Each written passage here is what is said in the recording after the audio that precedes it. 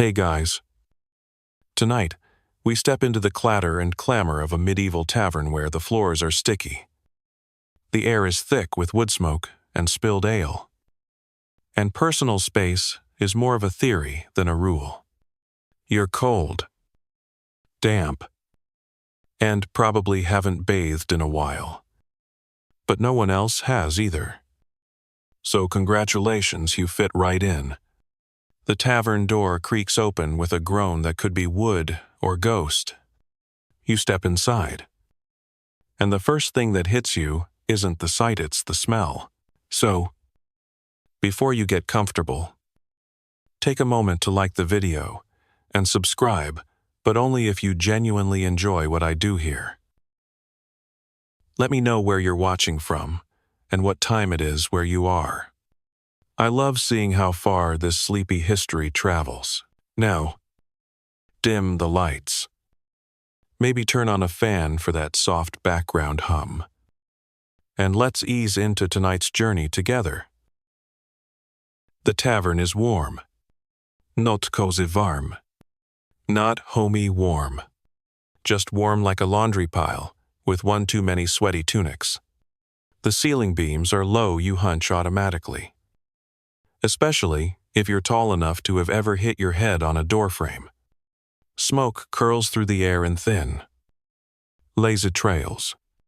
You'd think it would escape through the thatched roof. But no, this tavern traps heat and haze with admirable commitment.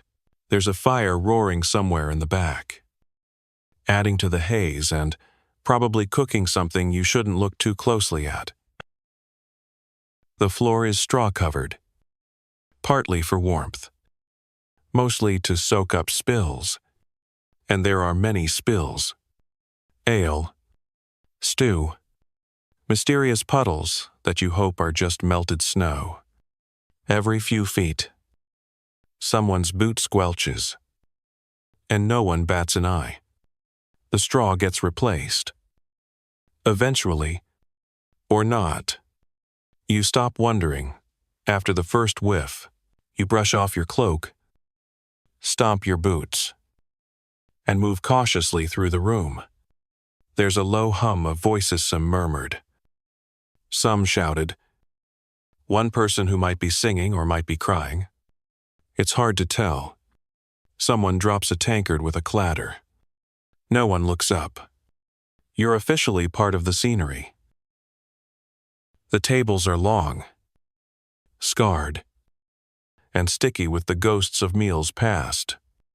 You slide onto a bench that wobbles slightly. Across from you, a man with eyebrows like moss squints and raises his cup. Friendly? Maybe. Threatening? Also maybe. You nod politely and try not to make eye contact for too long. The hearth in the corner is the centerpiece, mostly because it's the only source of real light, besides the occasional sputtering tallow candle. Everything glows orange and gold, with shadows flickering across rough plaster walls. There's a pig turning on a spit, or something pretending to be a pig. You're not convinced. It smells vaguely edible, though you're pretty sure whatever was rubbed on it didn't come from an herb garden so much as someone's pantry of questionable intentions. A barmaid sweeps past you, balancing 3 wooden mugs and a look of deep, weary indifference. She dodges a dog, kicks a stool out of the way, and somehow doesn't spill a drop. You're impressed.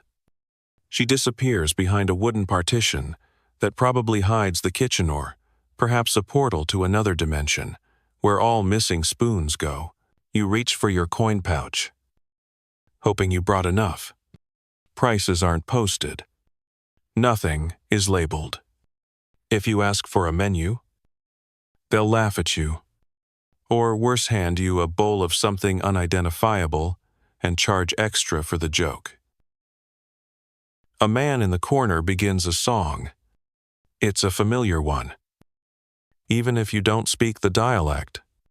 Something about a woman, a barrel, and a goat, possibly all three in a romantic triangle. People bang on the tables in rhythm. Someone joins in with a hurdy-gurdy that sounds like a cat in distress. It's beautiful in the way that only very ugly music can be. You take a breath. The air is heavy with yeast, smoke, sweat, and old wood. It clings to your throat, your clothes, your soul. But somehow, weirdly, it feels right. Like slipping into a world that smells like onions and regret, and also, somehow, comfort. This isn't a place for clean edges or quiet corners. It's where deals are made and broken, where songs are born and brawls are inevitable. It's a place that remembers everything you do, even when you don't. And you'll leave with the smell in your hair and someone else's breadcrumbs in your sleeves. Historians still argue whether medieval taverns were mostly male hangouts, community hubs, or low-level chaos machines. The truth is probably all three. What is certain? They weren't quiet, they weren't sterile, and they definitely weren't boring. A man passes you a mug with a knowing grin. It's dark, frothy, and lukewarm. You sip. It tastes like someone fermented regret and added herbs. You raise an eyebrow. He raises his. You both nod. Satisfied. Somewhere behind you, someone shouts about dice. Another slaps the table in approval, or fury, it's hard to tell. You sink deeper into your bench, warming from the inside. Now, the noise becomes a lullaby. The stink becomes a blanket. And the sticky straw floor? Just another part of the charm. A woman walks in. Hood low, boots muddy, eyes sharp. The barkeep barely glances. She tosses a coin and is handed something steaming. You make room. She nods. Not gratitude, just acknowledgement. You nod back. Here. That's as good as a handshake. You sit like that for a while. Not speaking. Just absorbing. The tavern breathes. The people sway in time with their cups and their moods. Nothing outside matters here. Not the weather. Not the taxes. Not the aching in your knees. Just this firelight world of ale. Elbows. And stories that grow more ridiculous with every retelling. You blink. The air seems thicker now. Or maybe your eyes are just tired. A lute plucks something soft. The shouting fades. The barmaid leans against a beam and exhales slowly. You do too. For a place that smells like fermented onions and burned stew, this might be the most alive you've felt in weeks. Welcome to the tavern. You're going to be here a while. You're not in yet, not really, until you've handed over something shiny or edible, or if you're down to the very last crumbs of your dignity, maybe agreed to mop up a spilled tankard with your sleeve. Because in a medieval tavern, walking in the door doesn't mean you're in. There's a ritual to this chaos, a price, and while no one's handing out receipts or punching loyalty cards, you'll know you've crossed the threshold the moment someone makes eye contact and decides whether you're worth a bench or a bruise. The innkeeper, if you can find them in the haze, usually lurks behind something that passes for a counter. Could be a plank. Could be an actual bar. If the place is fancy, could also just be a particularly large barrel with a cloth thrown over it. What matters isn't the furniture, it's the face behind it.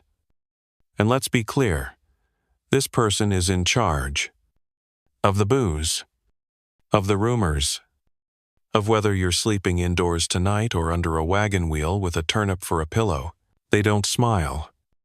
Smiling suggests generosity. They squint at you, weighing your clothes, your posture, your smell. A good tavern keeper knows how to spot a paying guest before they speak. If you smell too clean, they assume you're a tax collector. Too dirty? You're just here to warm your boots and maybe steal something small. They nod at you slowly and grunt in a way that, in this setting, counts as an entire conversation. You place your coin on the counter. It's a copper, slightly bent, possibly a forgery. The innkeeper gives it a long look, then your face a longer one. Finally, with the theatrical flair of someone awarding a kingdom, they slide it off the surface and grunt again.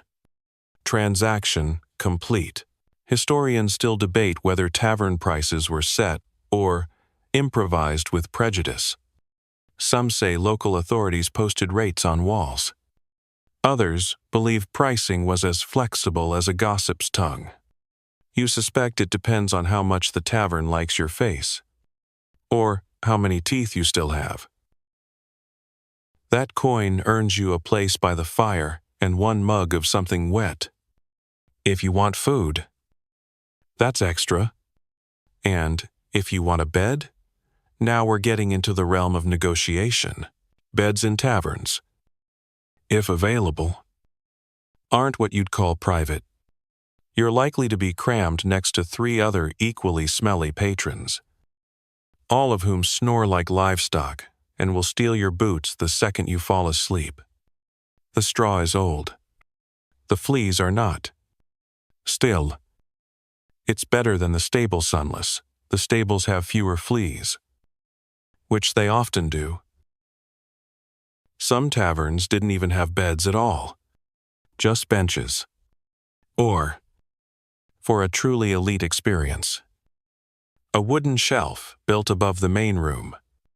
You sleep up there, listening to the sounds of the party continuing below, including at least one person insisting he can speak Latin after 6 ales and a plate of questionable mutton.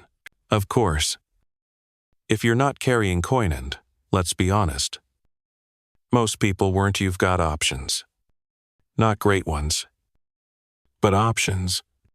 You can offer labor, chopping wood, hauling barrels, cleaning out the ash pit behind the hearth.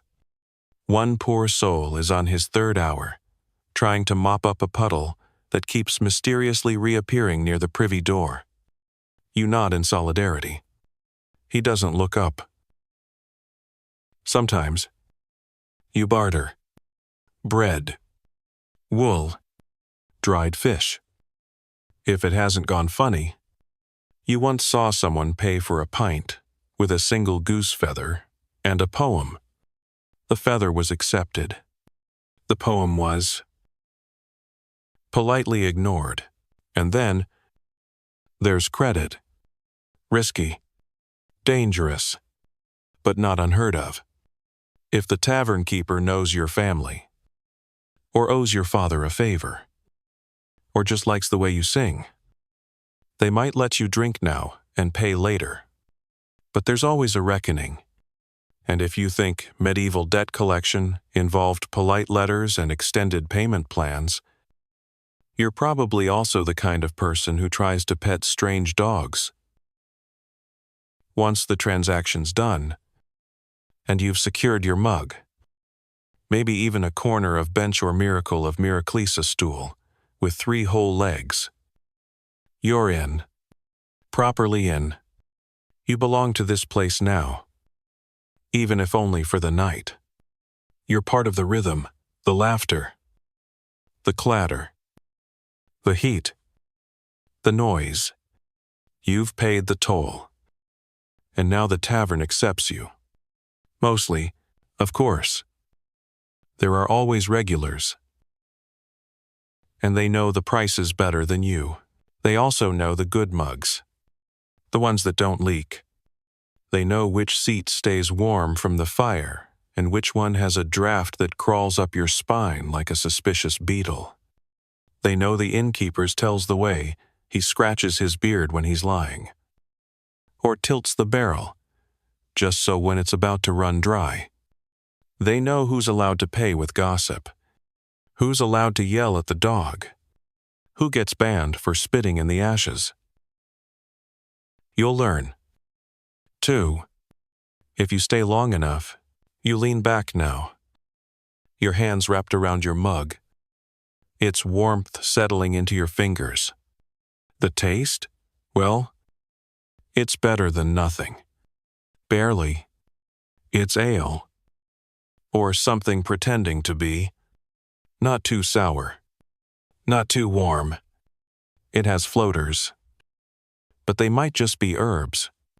Or something herb adjacent.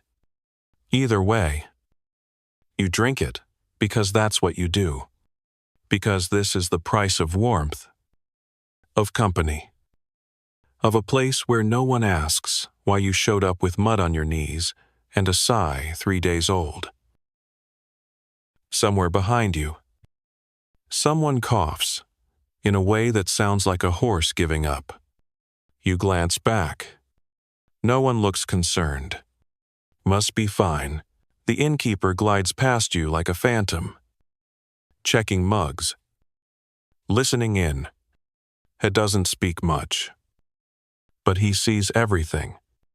Who argues? Who pays? Who slinks off without a word? He's the ledger and the judge, the unofficial mayor of this tiny, smoky kingdom.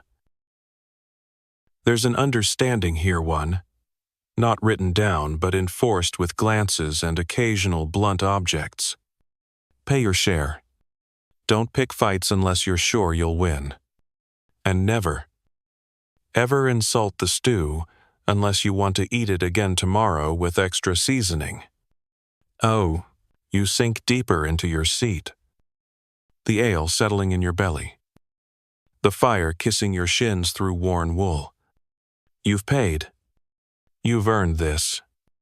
And for tonight, the tavern holds you.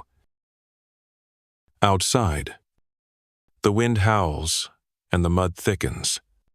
But in here, you're fine until your coin runs out. Your nose twitches before your ears can even catch up. The tavern's symphony of smells is so aggressive, it deserves its own coat of arms. A rampant boar on a field of old cheese. Maybe. You brace yourself as the next wave hits something sour. Something sweet. Something that might once have been soup, but now registers more as a threat than a memory. You take another step in and realize this place has layers. Like an onion that rolled under the bench last season and was never retrieved. There's the base note smoke, thick and lazy, curling from the hearth and hugging every beam, every woolen tunic, every greasy hat that's never seen soap. It clings, not like perfume, like a jealous ex. Then there's the stale every inch of the floor, soaked in generations of spilled ale. The straw helps, allegedly, but mostly it just turns the room into a fermented swamp of barley ghosts and missed coin. You walk carefully, because every patch of ground might be the one where your boot gets stuck forever. To your left, a man lifts his arm to scratch and releases a cloud that smells like damp regret. You blink back the sting in your eyes and inch away. A woman walks by balancing a tray of meat pies and unidentifiable gravy, and you momentarily feel like someone's flung a hot sock full of onions at your face. Her apron is dotted with splotches that may or may not match what's on the plate. And the breath. Oh, the breath. Laughter erupts from a table behind you, and you get caught in the backdraft of 3 men who've been drinking since sunrise and clearly brushing their teeth with ale. It's sweet. tangy, and profoundly untrustworthy. You'd rather smell the latrine behind the stables, which, by the way, is also making its presence known whenever the door swings open too wide. Historians still argue whether medieval taverns were truly this smelly, or if we modern noses are just hopelessly soft. But the archaeological evidence layered dirt, scattered bones, sticky residue in the floorboards suggests these places weren't exactly lavender-scented lounges. Then again, no one's here for lavender. You sit and try to acclimate. It happens slowly, like boiling a frog in beer.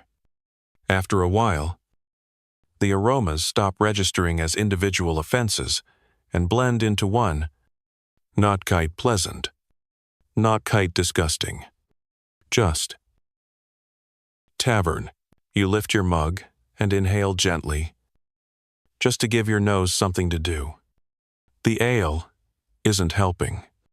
It smells like if bread had feelings and they were all bad. You sip anyway. It could be worse. You once drank cider in a roadside inn that had a wasp floating in it, and no one was surprised. Across from you, a man with a beard that could house small livestock is chewing something. Loudly. You can't tell what it is. It seems to resist being swallowed. You stare too long, and he offers you a bite.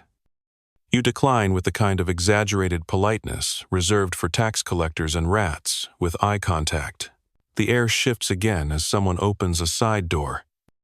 Cold wind slithers in, dragging the smell of wet horse and manure into the room like an uninvited guest. Everyone groans. A man near the fire throws a boot in protest, which misses and smacks the dog. The dog is unfazed. You try not to breathe too deeply, but there's no escape. Every breath is an adventure. A gamble. Cheese, sweat, burned onions, all of the above, yes. And more. At least the smoke helps. Not just with warmth, but with disguise. It blurs the worst offenders, softens the sharpest stinks, and coats your clothes so thoroughly you'll be tasting oak for 3 days. You pull your hood lower, rub your eyes, and mentally thank the person who decided open flames were a good idea, even if half the ceiling looks like it's considering a collapse. There's something comforting, in a way, like a blanket that smells awful but keeps you warm. You know this stink. It's familiar, honest.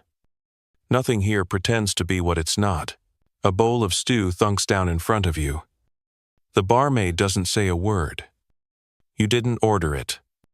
You're not sure if it's yours, but she gives you a look like, eat this or die colder. So you pick up the spoon and prepare for impact. It's hot. That's the best thing about it. Temperature disguises a lot. It might be meat. It might be vegetable. It might be yesterday's bread, soaked in mystery. Whatever it is, your stomach doesn't complain. And that's victory enough. You chew, swallow, and try not to think about the texture. The barmaid leans on the post beside you, watching the room with eyes that miss nothing. She wipes her hands on her apron, which somehow makes them look dirtier. You ask her what's in the stew. She says, hope, then laughs like it's the oldest joke in the world. You take another bite. She's not wrong. Somewhere behind you, the dog belches. Someone sings off-key. A man near the door throws up in his own lap and mutters an apology to no one in particular. A goat pokes its head through the open door, bleats, and vanishes before anyone can react. And still, You sit, because for all the smell and the grime, the confusion and the congealed meat, there's something about this place. Something warm. Something real. You're surrounded by people who've lived through rain, famine, fire, and heartbreak and still find a way to laugh over soup and spilled ale. Maybe you'll never get used to the smell, but you're starting to understand why people stay. You shift on your bench, which creaks ominously like it's been threatening structural failure since the last century. It's more of a suggestion than a seat to uneven planks slapped together with pegs and desperation. You try not to move too much.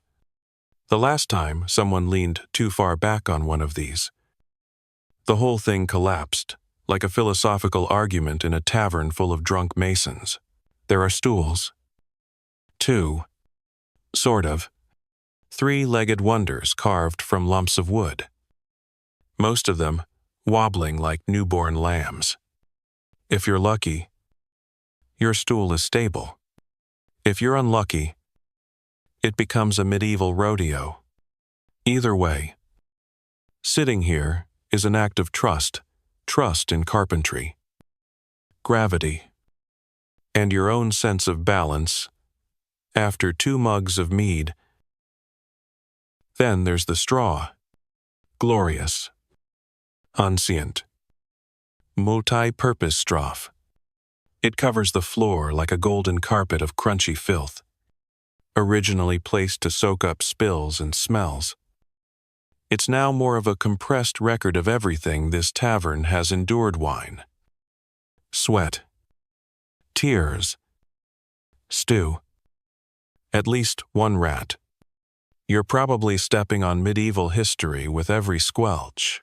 You brush some straw aside with your boot and discover something hard underneath a coin, a bone. Nope, just a petrified turnip. You leave it be. It deserves peace. You notice that some patrons aren't sitting at all. A few lean against posts, nursing mugs like they're hugging old grudges. One man squats by the hearth in that way peasants do. Knees wide, feet flat, eyes unfocused, completely at ease on what looks like a particularly smoky section of floor. You try it yourself once. Your knees pop, and you immediately regret the decision. Chairs do exist in theory. In noble houses, in castles, in churches. Thrones, so, yes. Lots of thrones. But here, in the cozy chaos of your common alehouse, a proper chair is like a unicorn. You might see one, but it's probably reserved for the innkeeper, the tax collector, or that one weird guy who brings his own cushion and insists on being called milord. Historians still argue whether the lack of seating options was due to practicality, poverty, or a deliberate attempt to keep patrons from staying too long. But given the average length of tavern stories and the number of empty mugs per customer, it clearly didn't work. You fidget again, trying to find a comfortable angle on the bench. Someone has carved something into the wood. You lean closer. It says, "Wolf was ear," followed by a rather unflattering sketch of a chicken. You respect the craftsmanship. Your neighbor, an older woman with 3 braids and 1 eye, scoots over and offers you half a cushion. It's lumpy. It smells like turnip. You accept with gratitude. This makes you bench buddies. She nods once and goes back to sharpening a spoon with a bit of sandstone. You do not ask questions.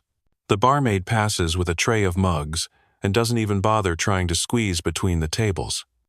She nudges someone with her knee, hops over a stool, and expertly pivots to avoid a dropped sausage on the floor. The sausage remains there, glistening. A dog eyes it. A child eyes the dog. The tension is thick. You take a long sip of your drink and let the scene wash over you. The seating situation might be less than ideal, but it's democratic. Lords, peasants, travelers, thieves, they all sit the same way, awkwardly, uncomfortably, and slightly tilted. You notice a man at the end of your table who's found the solution. He's not sitting at all. He's built himself a throne of empty barrels, crates, and cushions. He's leaning back like a king surveying his inebriated court, a grin on his face and a hunk of bread in his hand. Every time someone makes a joke, he laughs too loudly. Every time someone drinks, he raises his own mug in salute. You suspect he hasn't paid for a drink in hours. You also suspect he has no idea where his shoes are. You admire his spirit. Eventually, the bench you're on grows warm from proximity and overuse. You shift again. A nail snags your tunic. A sliver lodges in your elbow. The bench groans in sympathy. You glance longingly at the hearth, where someone's resting on a pile of sacks like a cat in sunbeams. You briefly consider sitting on the floor. The straw looks softer there. Then you remember the puddles, the smell, and the chicken leg that's been under that table since you arrived. You stay put. The woman next to you stands and offers you her half cushion. "You need it more than me," she says. Her voice is gravel wrapped in honey. You thank her, sit properly, and nearly weep with relief. For 3 glorious minutes, your spine is aligned, your legs are happy, and your backside stops planning a rebellion. Then, the bench creaks, then it leans. And suddenly, you and the cushion and half your ale are sliding sideways toward the floor. You don't fall. You just reposition. You pretend that's what you meant to do. Everyone pretends with you. That's the beauty of the medieval tavern. Nothing's quite level. Nothing quite works. But somehow, everyone stays upright most of the time. You settle in again. New spot. New angle. Cushion, now slightly damp, but still doing its best. You look around. You realize no one else seems to mind. They lean. They perch. They squat. They balance mugs on knees and plates on boots. One man is literally sitting on a sack of potatoes and has never looked more content. You accept it. This is how you sit now. Not comfortably. Not symmetrically. But together. And after a while, the bench stops wobbling. Or maybe you just stop noticing. You lift the mug again. It's warm now, not in a comforting, fresh from the hearth way, but in a this has been held by 5 people and left near a fireplace for far too long kind of way. Still, you tilt it back and sip, bracing for the taste of something vaguely alive. And you're not disappointed. It sloshes across your tongue like flat beer, mixed with regret and boiled socks. It's ale. Technically, probably, the tavern's signature drink is a brew that's more function than flavor. It's been made in the back roomer, someone's cousin's barn with, a method passed down by word of mouth and mostly based on guessing. A little barley, some yeast, water that's boiled, hopefully. Toss in herbs to hide the taste and hope no one notices if the batch ferments weird. Some nights it's smooth, Others, it's like chewing vinegar. Tonight, you're somewhere in between. A decent batch. No floaters. Only mildly sour. Across the table, a man holds up his own mug and grins. 3 days old. He says proudly, as though that's a selling point. You nod with all the enthusiasm you can muster and take another sip. More for the warmth than the flavor. You ask what's available, and the barmaid ticks off the local lineup in a voice that sounds like gravel being stirred. Ale. Mead. Perry. Small beer. Cider plus one thing she calls firewater that may involve turnips and sin. You decide to avoid that one, unless things go drastically sideways. You opt for the cider next. It arrives cloudy, brownish, and surprisingly cold. It tastes like apples that were never happy in the first place. Still, it's better than the ale. There's a bit of sweetness, a whisper of spice, and only a faint aftertaste of something wooden. You take it slow. Historians still argue whether medieval drinks were consistently alcoholic, or if most people were just slightly buzzed 24/7 out of necessity. What's clear? Water wasn't always trustworthy. So drinks like ale and small beer were safer bet 7 for kids. That's right. Little medieval. You might have started the day with beer porridge and ended it with a tiny mug of ale, so weak it might legally count as bread soup. Small beer, in fact, is on offer here too. It's cheap, low alcohol, and essentially beer's sad, waterlogged cousin. It's what you give to servants, children, and anyone you don't want getting loud and philosophical after 2 pints. You try a sip and immediately feel like your taste buds have been punished for a crime you didn't commit. Then there's the mead. Oh, the mead? You try a mug, and your eyebrows raise involuntarily. It's thick, golden, and oddly floral. Sweet enough to make you squint, but with a slow burn underneath. It tastes like someone melted down a beehive and whispered a prayer into it. The man next to you is already halfway through his and trying to recite a poem to the barmaid, who is not impressed. Mead's expensive. Made with honey, which means this mug probably came from a generous brewer, or someone who skimmed off the top of a noble's supply. Either way, you sip slowly, savoring the warm fuzz that starts spreading behind your eyes. Of course, there's also something the barkeep just calls red. You ask what it is. He shrugs. Fruit? You press for more details. Berries, he says, unhelpfully. Some of them.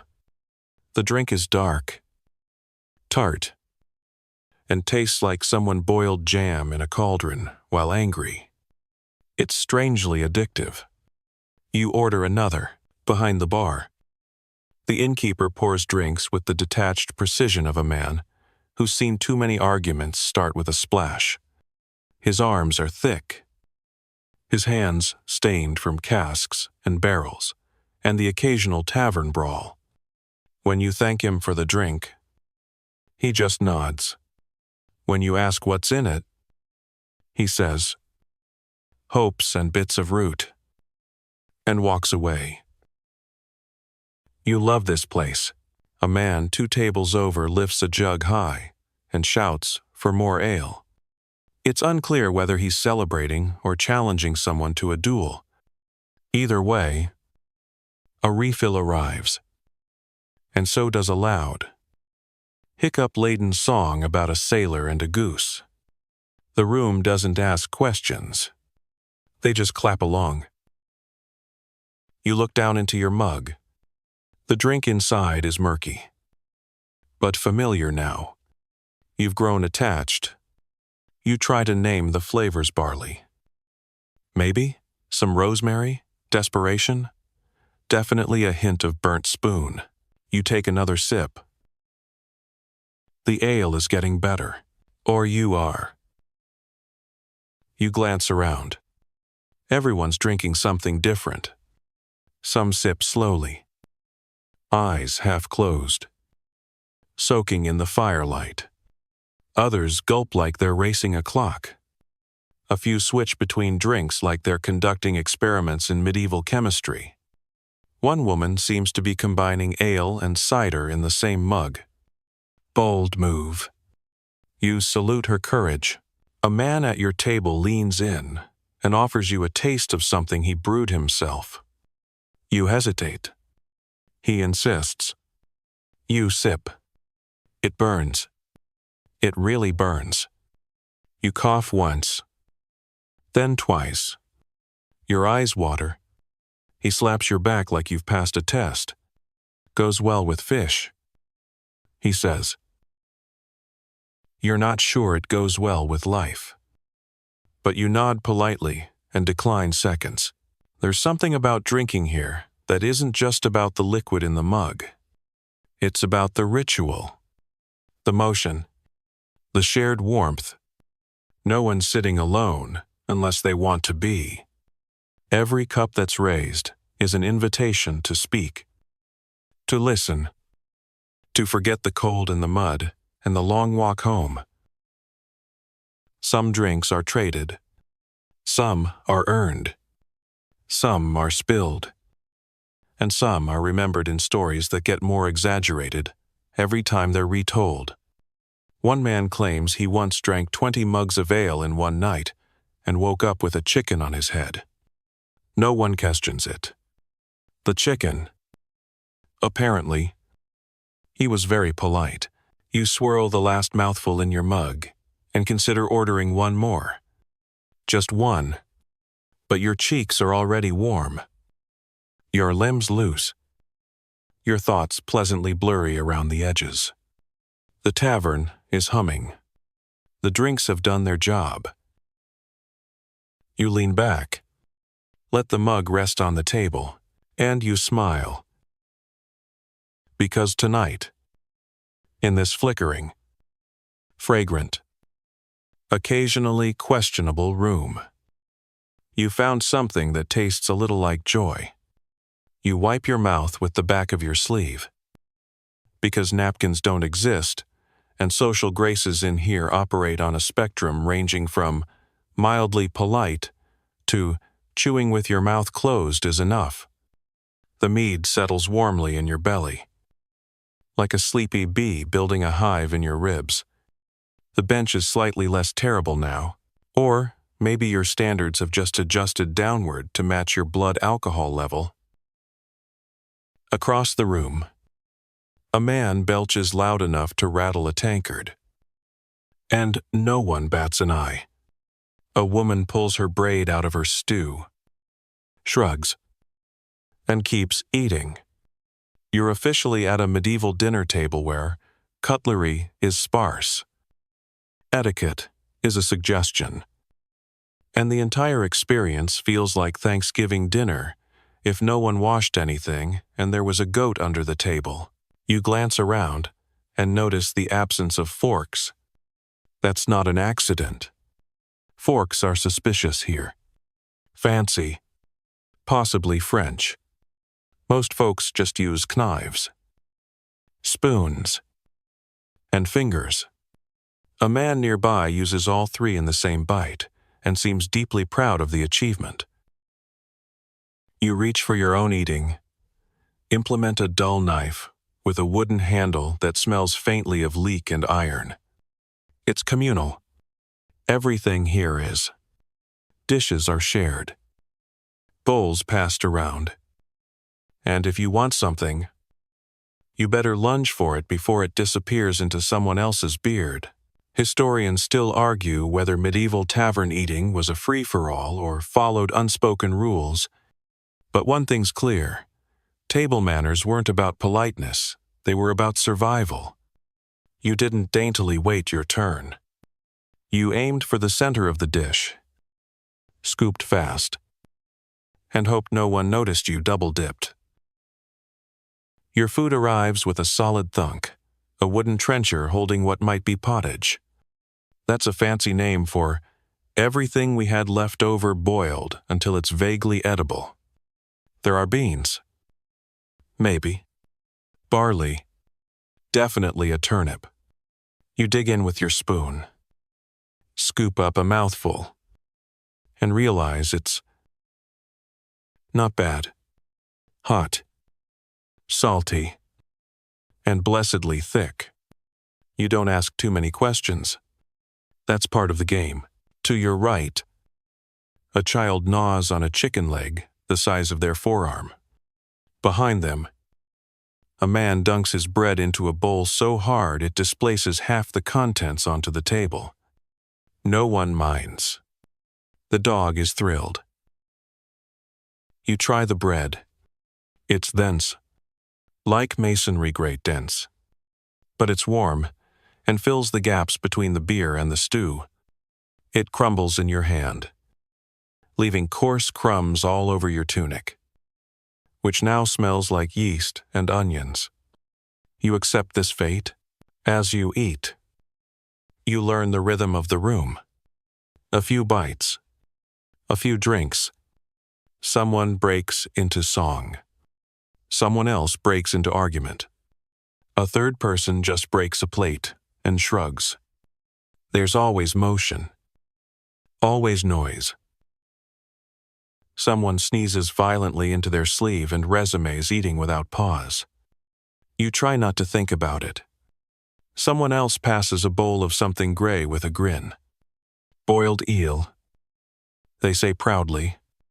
You smile and slide it gently to the next person. They nod. Understanding, a woman sits beside you and pulls out a small pouch of herbs.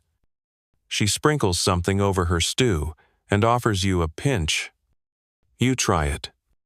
It adds flavor minty. Earthy. You thank her. She grins, revealing 2 gold teeth and a smile sharp enough to file arrows. You glance at the tabletop.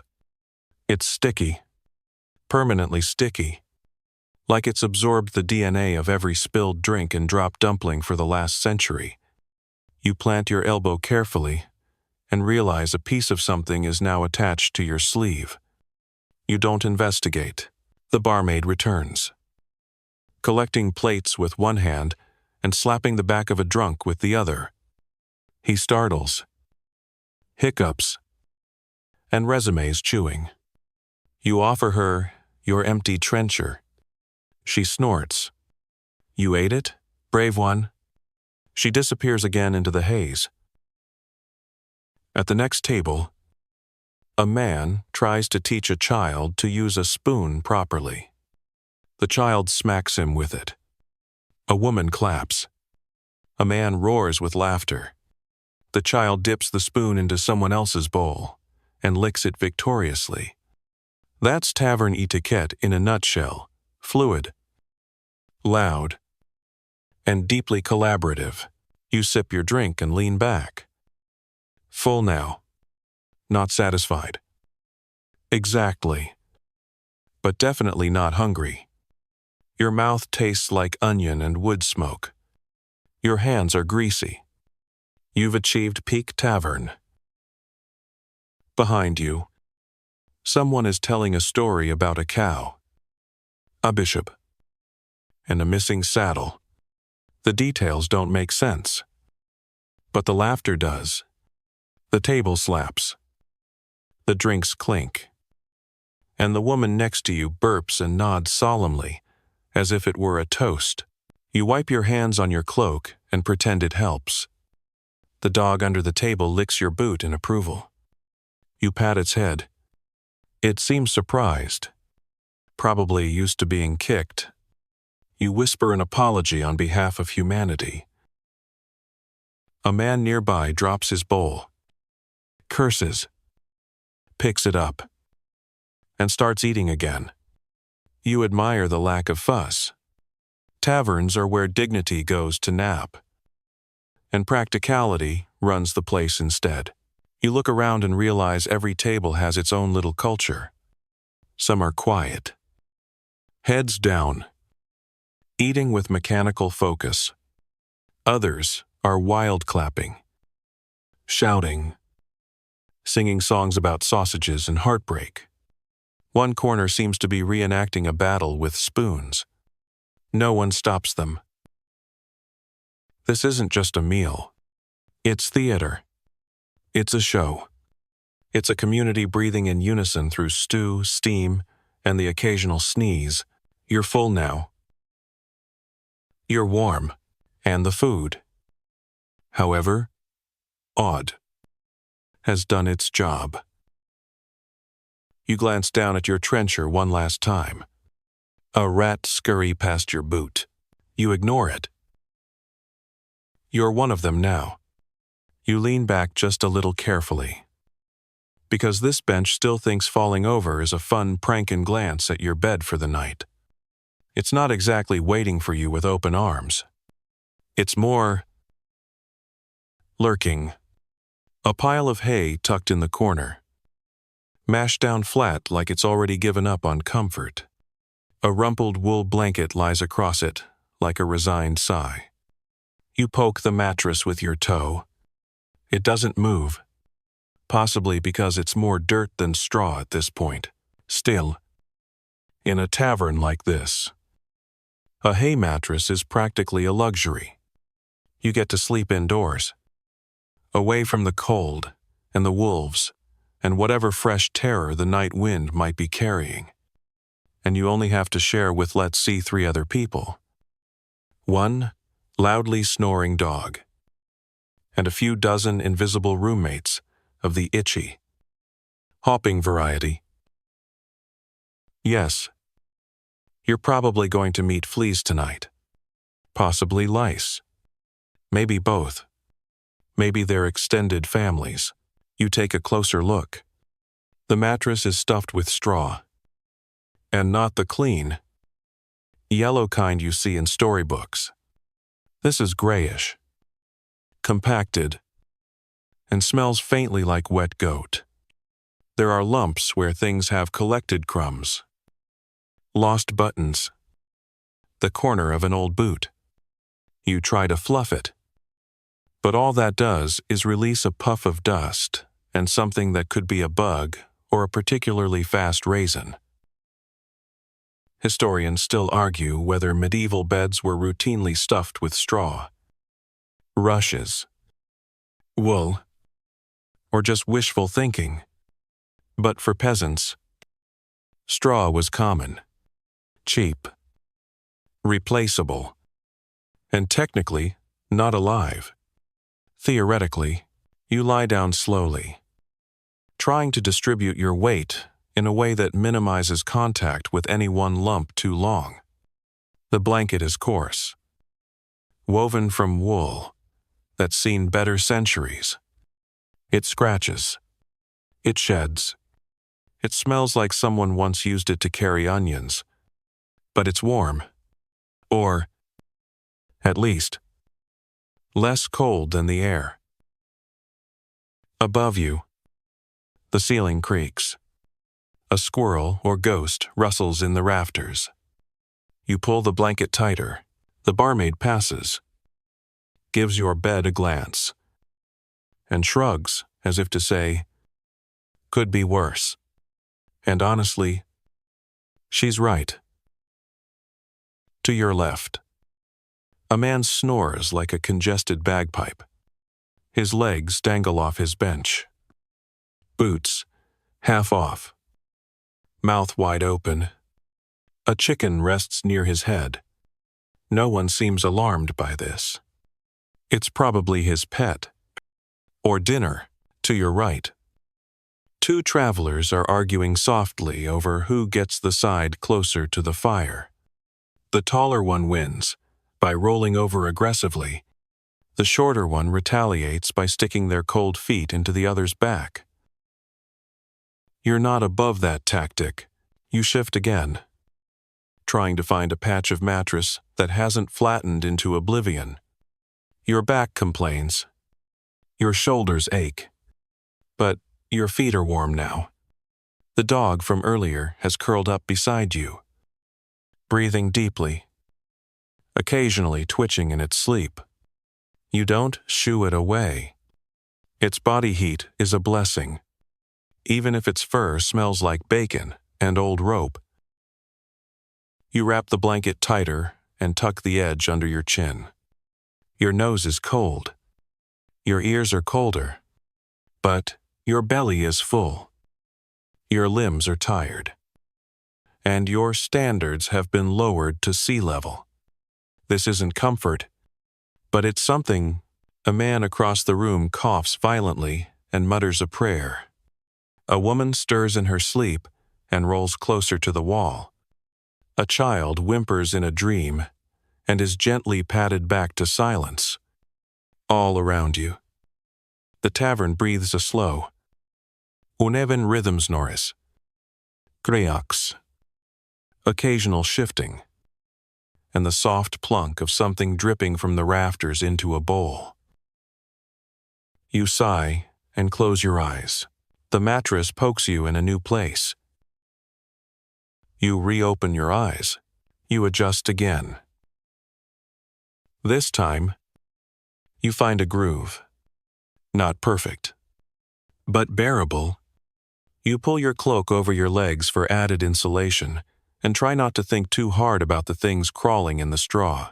There are rumors whispered over ale, that sometimes rats sleep in the beds too, that they crawl into the straw for warmth and occasionally nibble on toes. You wiggle your feet inside your boots and promise yourself to stay completely still. Forever. If necessary. A new draft sneaks in from under the door, chasing along the floor like a curious ghost. It reaches your fingers, and you tuck them in fast. The dog shifts, sighs, and returns to its dreams of sausages and chasing whatever it chased before fleas. You're about to drift off when something pricks your neck. Astraf. Sharp. Unyielding. You pluck it out, toss it, and receive two more in its place. You give up? At least the tavern's noise is fading. Most patrons have passed out. The fire crackles low. The singing has stopped, replaced by the occasional moan or the clink of a cup being fumbled to the ground. Someone near the door is softly humming. Not a song, just a sound. A lullaby for the half-asleep. Your body begins to adjust to the strange angles of the mattress. Your brain, softened by ale and mead and stew, lets go of its protests. You are, somehow, content. You are, impossibly, falling asleep. This hay mattress won't win awards. It won't be remembered in poems. But it's earned its place. It has held the weight of countless bodies tired, sore, cold, drunk, heartbroken. It has absorbed laughter, snoring, and the full symphony of medieval sleep. And tonight, it holds you. You scratch your neck absently. A flea makes its grand entrance. You sigh. Welcome to bedtime in the tavern, somewhere deep into the night. A mug clinks loudly against the stone hearth, and you jolt halfway upright, unsure if it's morning or just another tavern accident. Turns out, it's neither. It's just a man who rolled over in his sleep and dislodged the mug he was using as a pillow. He snorts once, shifts onto his side, and immediately resumes snoring like a sawmill at full throttle. You lie back down slowly, wincing as the straw stabs your lower back with the enthusiasm of a squirrel guarding its stash. Outside, the wind howls. Inside, the tavern creaks and breathes. The fire has shrunk to a few glowing embers, flickering in red-orange pools beneath soot-darkened logs. Shadows ripple across the walls, like they're whispering secrets to each other. You pull the scratchy blanket up to your nose and watch the glow fade and brighten with each gust that sneaks down the chimney. The air has cooled now. Whatever heat the hearth offered is dwindling, and cold is slowly slipping into every corner.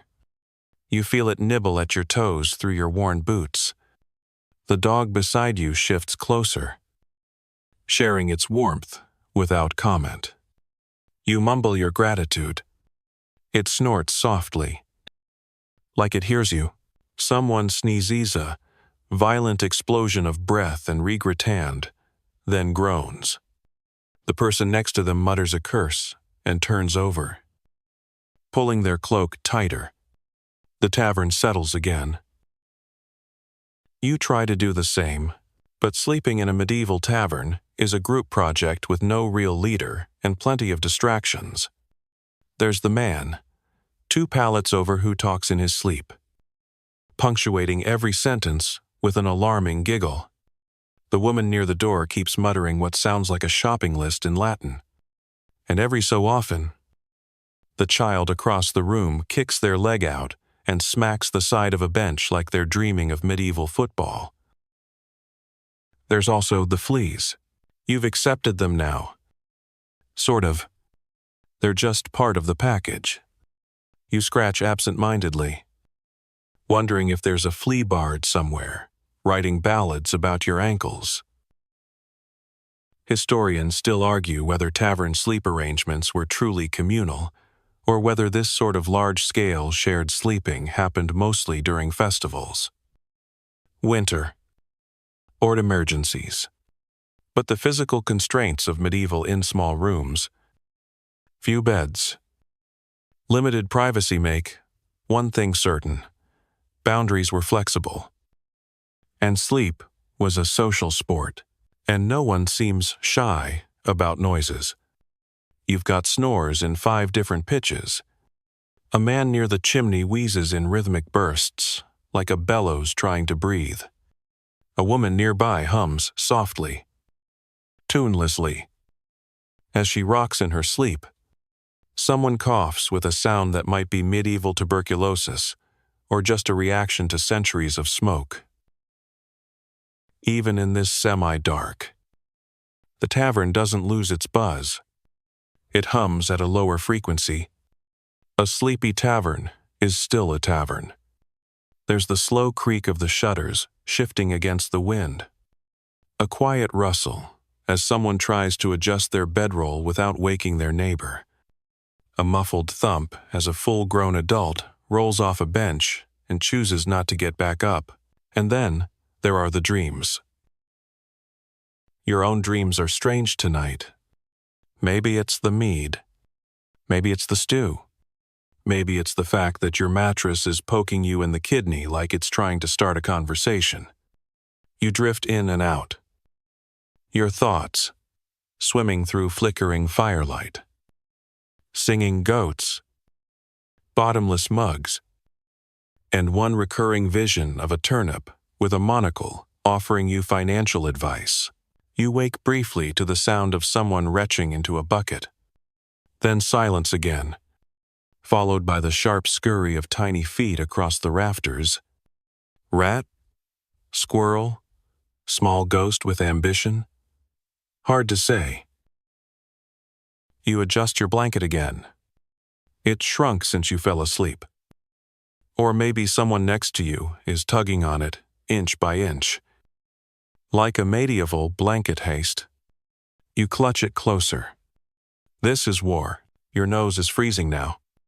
The kind of cold that seeps into your cartilage and makes your nostrils feel individually betrayed. You bury your face in your elbow. It smells like mead and onions. But it's warm. You'll take it. Sometime later, the rooster starts crowing, You wonder where it is roosters don't usually live in taverns. But then again, neither do you. The crowing continues until it's joined by a groan from the man near the fireplace and a sneeze from the barmaid, who's already up and walking around like she didn't just spend the night sleeping upright on a barrel. You sit up slowly, your joints creaking in protest. Your hair smells like smoke. Your cloak is now part blanket, part napkin, and your legs are so stiff.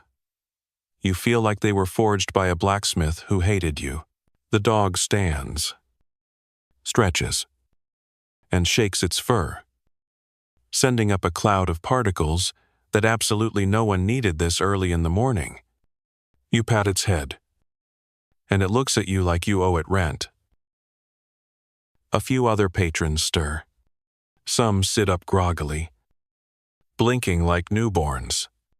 Others rise with the alertness of people used to sleeping in public places, surrounded by strangers and spilled stew.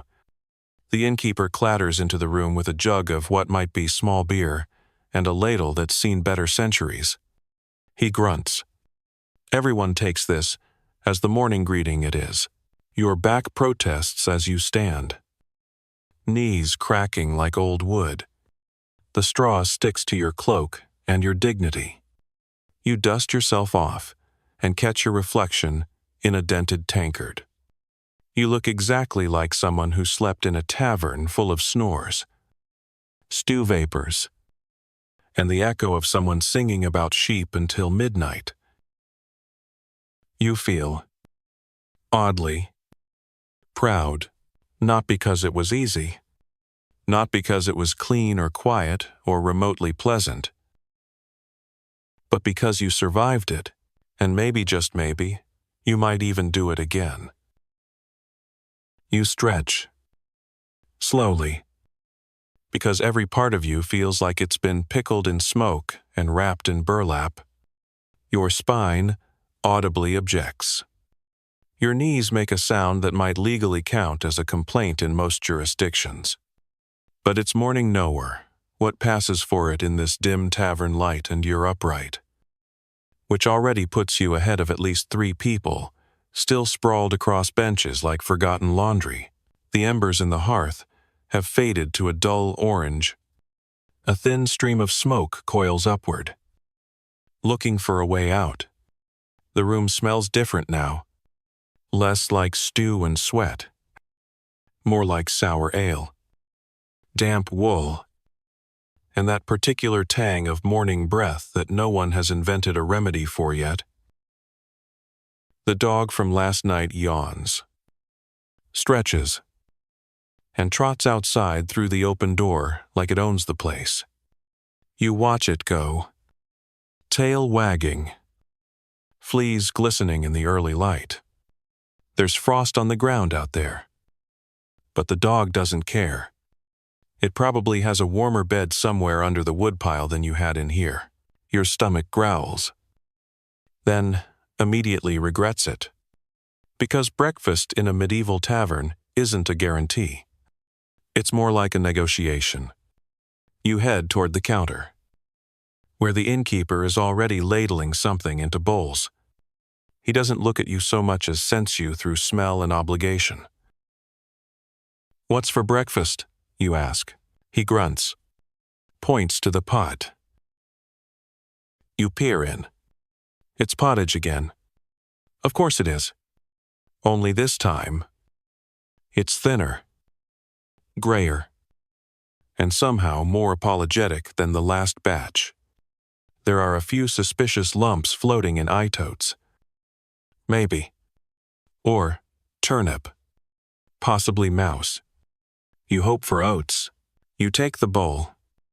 It's warm. At least, you find a relatively dry bench and sit. The spoon is the same one you used last night. So is the napkin, which is your sleeve. Again. You take a bite. It tastes like defeat with a dash of root vegetable. Still, you eat, because that's what you do when you're cold. tired, and slightly hungover. And because medieval hunger doesn't wait for better options, historians still argue whether taverns served formal breakfasts or just reheated leftovers from the night before. Records suggest that morning meals were often basic: bread, ale, sometimes cheese, and on truly blessed days, an egg. But for the average traveler, breakfast was whatever the innkeeper decided not to throw away. Across the room, someone's already drinking again. He raises his mug in your direction. You nod, unsure whether it's a greeting, a challenge, or just a twitch. You spot a loaf of bread on the table and break off a chunk. It's hard, really hard. You could probably use it to defend yourself. You dunk it in the pottage until it softens enough to stop threatening your dental integrity. Then chew slowly. It tastes like yesterday's ambitions, but it does the job. The room fills gradually. A few late risers shuffle in, rubbing their eyes and checking their belts to make sure their pouches are still attached. Some mutter greetings. Some mutter curses. A woman walks past holding a mug and a string of sausages like she's declaring war on cholesterol. The innkeeper starts shouting orders to someone in the back, probably his wife, daughter, or unpaid cousin. It's unclear. You catch words like bucket, scrape, and boil it longer. You decide not to ask questions. A few men near the fire are already gambling with dice carved from bone. One rolls a pair, groans, and hands over what looks like a dried fig. The winner eats it on the spot. Breakfast and profit in one bite. You overhear part of a story involving a pig, a bishop, and a very embarrassed monk. You're starting to suspect bishops are a recurring theme in tavern gossip. You make a mental note to ask why, later, after you've had something stronger than pottage. One man reads aloud from a scrap of parchment. No one understands him, but they nod solemnly, like it's the law or a really boring prophecy. You focus on your bowl and let the room buzz around you. The barmaid appears, bleary-eyed but functional, and starts collecting empty cups with a grace that defies her obvious lack of sleep. You ask her if breakfast always looks like this. She grins. "This?" she says, holding up your bowl. "This is a good morning." You decide not to pursue the definition of bad morning. There's a comfort, though, in the familiarity of it all. In the simplicity, no menus, no choices, no decisions beyond, do I eat this, and will it betray me later? You finish your pottage. Set the bowl down. Rub your hands together and blow warm air into your fingers. The cold hasn't gone away, it's just waiting outside, sharpening its teeth. But in here, at least for a few more minutes, you're fed, warmish, and not being trampled by a horse. You lean back, stretch again, and feel something pop in your shoulder. It's fine. Probably, someone passes you a strip of dried meat. You take it, sniff it, and decide it's marginally safer than the alternative. You chew slowly, eyes on the hearth. The coals are glowing again. The dog is back, curled into a circle near the warmth. You're not jealous. Much. You watch as people begin to gather their things: cloaks, satchels, hats, and walking sticks that double as weapons. Some pay their tab. Some argue about what counts as one night. One man tries to convince the innkeeper that he paid already. The innkeeper says nothing, just picks up a mallet and raises one eyebrow. The man finds a coin quickly. You rise from the bench and stretch one last time. Your joints crack. Your back whines. But your belly is full. Your limbs are moving. And your day has officially begun. This isn't breakfast as you know it. But it's breakfast all the same. And it's enough. You push open the tavern door, and the cold slaps you in the face like it's been waiting all night just to do that. The sky is a gray smear of cloud, and your breath puffs out in little foggy bursts as you step onto the packed dirt road. The frost on the ground crunches beneath your boots. Somewhere in the distance, a rooster crows again. Either late or just really committed.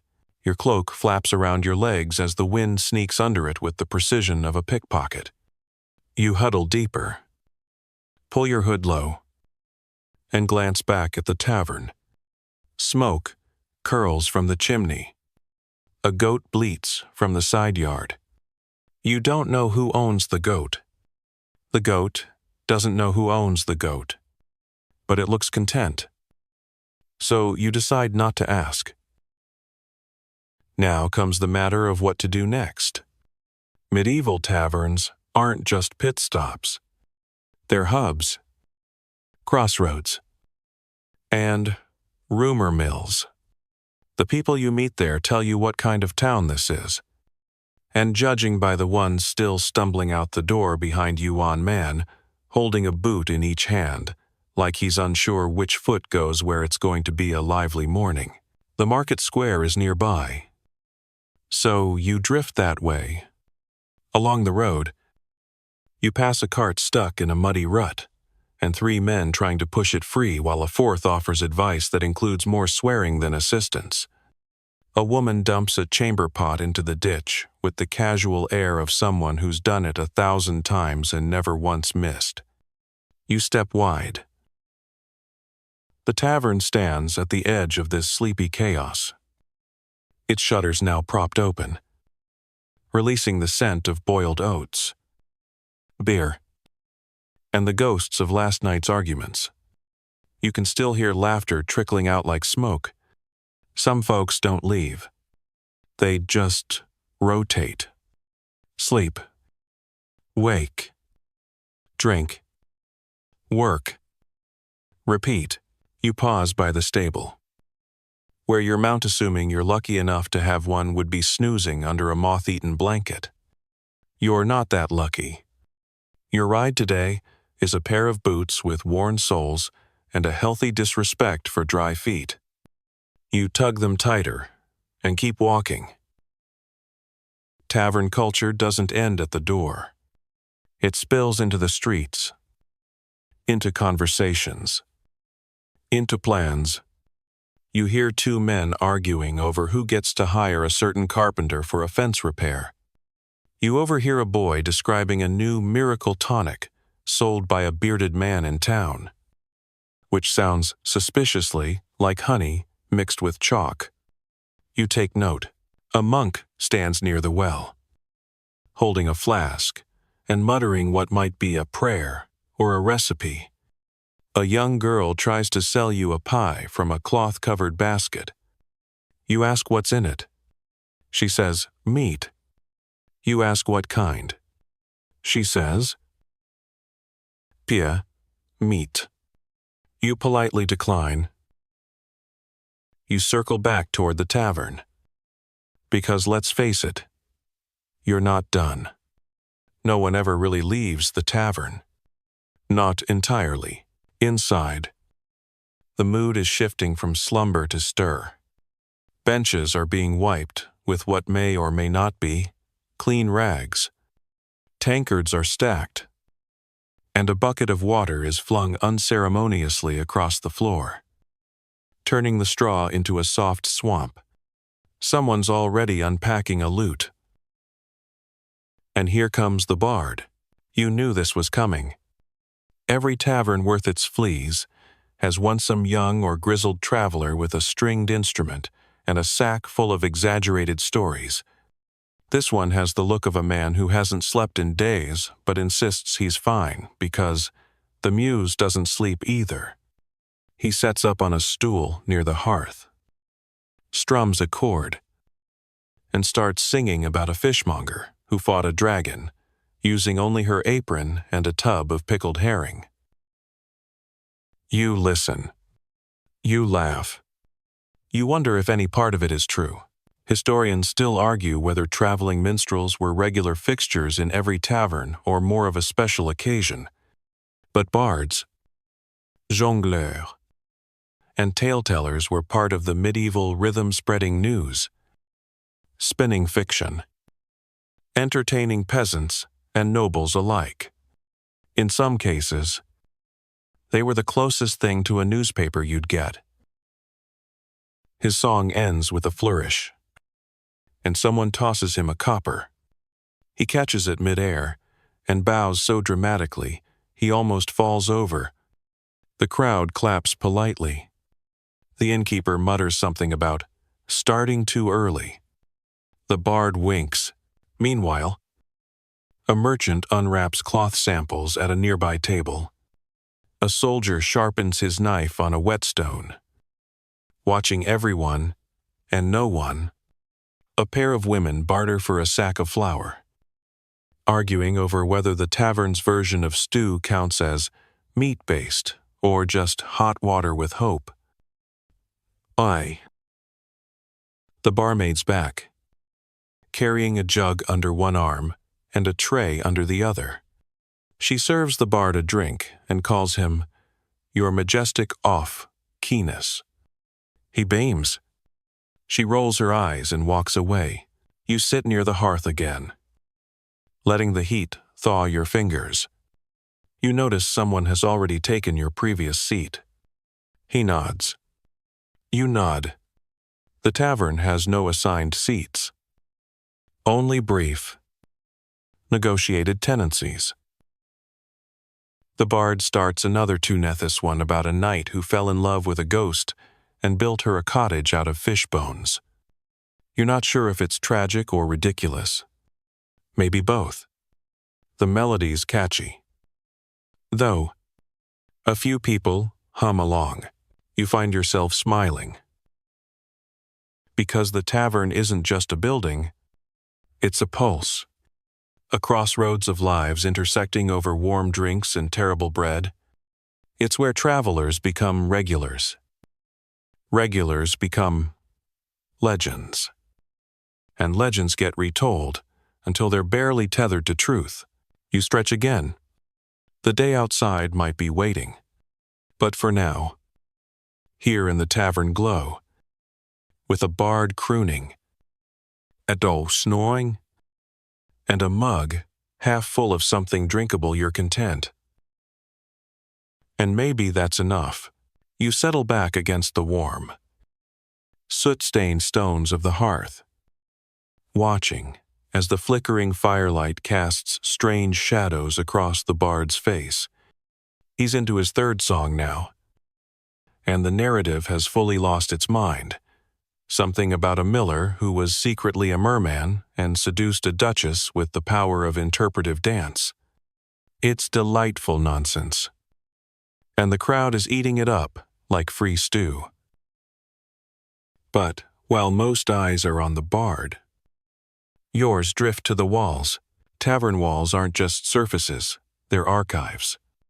They hold centuries of sighs, spilled drinks, and the slow creep of candle smoke.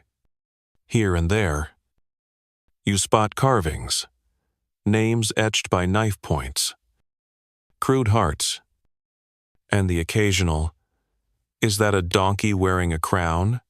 Possibly. Someone clearly got creative after a few too many mugs of small beer. On a beam overhead, you see tally marks scratched deep into the wood. Maybe someone was keeping score. Maybe someone was counting the days they hadn't been kicked out. Maybe someone just really liked tally marks. The point is, the walls tell stories long after the people who made them have stumbled home or passed out in the hay. There's a window. Tutney. Round. More soot than glass. It lets in a shaft of daylight that slices through the smoky air, like a sleepy sunbeam too polite to wake anyone. Dust dances in it. You stare for a while, letting your thoughts go soft. Beside you, someone is playing a quiet game with knuckle bones. You hear the soft clack of bone against wood and the occasional grunt of disappointment. You sneak a peek. It's a girl, maybe 10, maybe 12, focused entirely on the pattern she's forming. She doesn't look up when you watch, but she does shift to block your view with her elbow. Competitive. You respect it. The barmaid passes again, now holding a tray of half-filled mugs and one mysteriously wiggling pudding. You don't ask. She makes a face at the bard as she passes, who dramatically shifts key mid-song to something that sounds like a goat yodeling underwater. No one minds. The tavern walls begin to reveal more, the longer you stare. Tapestries hang in the darker corners. Though tapestries might be generous, they're more like ambitious rags. One has the faded image of a Lionor, possibly a large, very angry cat. Another shows a battle scene. Though all the figures seem to be wearing suspiciously similar shoes, like the artist got tired of details halfway through. Historians still argue whether taverns often featured decorative elements or were strictly utilitarian. But there's evidence that the ones frequented by travelers often had charms, murals, or even simple carved icon shaft for aesthetics. Half for luck, and maybe just a little to distract you from the smell. You notice, hanging from one wooden beam, a row of dried herbs, rosemary, thyme, something vaguely minty. They add a pleasant note to the otherwise unidentifiable aroma of wet boots and expired onion. A cat is curled on the sill beneath them, twitching in its sleep, probably dreaming of chasing the tavern dog in a tiny cloak. You stand and stretch, walking along the edge of the room, letting your hand trail across the rough wooden walls. One patch of timber is smoother than the rest, clearly touched by hundreds, maybe thousands, of hands. Maybe a lucky spot, maybe a habitual lean point. You rest your palm there and feel the ghost of warmth from all the people who paused here before you. On another wall, someone's chalked a crude map, a traveler's route, maybe, or a plan for escaping after skipping the bar tab. The line loops through towns with names like Pig's Hollow, Virmden, and north slightly, east. There's a tiny drawing of a dragon breathing what appears to be turnips. Again. New questions. You return to your seat. The bard is mid-ballad now, and the room has gone quiet to hear the ending. He sings of a knight who disappeared into a bog and emerged a week later convinced he was a cabbage. You catch yourself humming along as the music fades. Applause rolls through the tavern like a warm tide. The bard bows, overly dramatic, as always, and a few coins clink into his hat. He winks at the barmaid. She gives him a look that could dry laundry. You lean back once more and scan the ceiling. More carvings, smoke stains, possibly a bird's nest in one corner. And there, dangling on a nail, is a worn, lopsided horseshoe, a charm Clearly. Meant for luck. Warding. Or at least pretending this building isn't a giant wooden fire hazard filled with flammable personalities. The tavern walls, ceilings, and beams form more than just a structure. They create a cocoon, a bubble where time feels soft and the rules blur. Outside is frost, toil, and taxes. In here, warmth, noise, terrible bread, and stories that stretch the truth. So far they lap it. The bard begins again, this time a tune slower and more melancholic. Something about a baker's daughter who ran away with a jester, only to become a pirate. Your eyes drift to the carvings on the bench in front of you. One reads, "Elric sat here," and no one stopped him. Another simply says, "Pig." You exhale and smile. You run your finger over a spiral design, etched deep into the grain. Maybe it's a doodle. Maybe it's magic. Maybe someone got very bored during a long rainstorm. Whatever the case, it's part of the story now. Another line in the endless tale written on wood. Zung in slurred lyrics. And traced in spilled ale. You sit back. Listen to the bard. And let the tavern hold you once more. Because in this place where the walls have ears and the beams have names, you're not just passing through. You're part of it. You rest your chin in your palm, watching the bard wind down another tune about a love affair between a nun and a chimney sweep who accidentally invents the wheelbarrow. The crowd chuckles. Someone claps a little too enthusiastically, spilling their mug in the process. The barmaid sighs with the long-suffering grace of someone who's seen it all. Twice. And cleaned it up both times. The room's energy softens.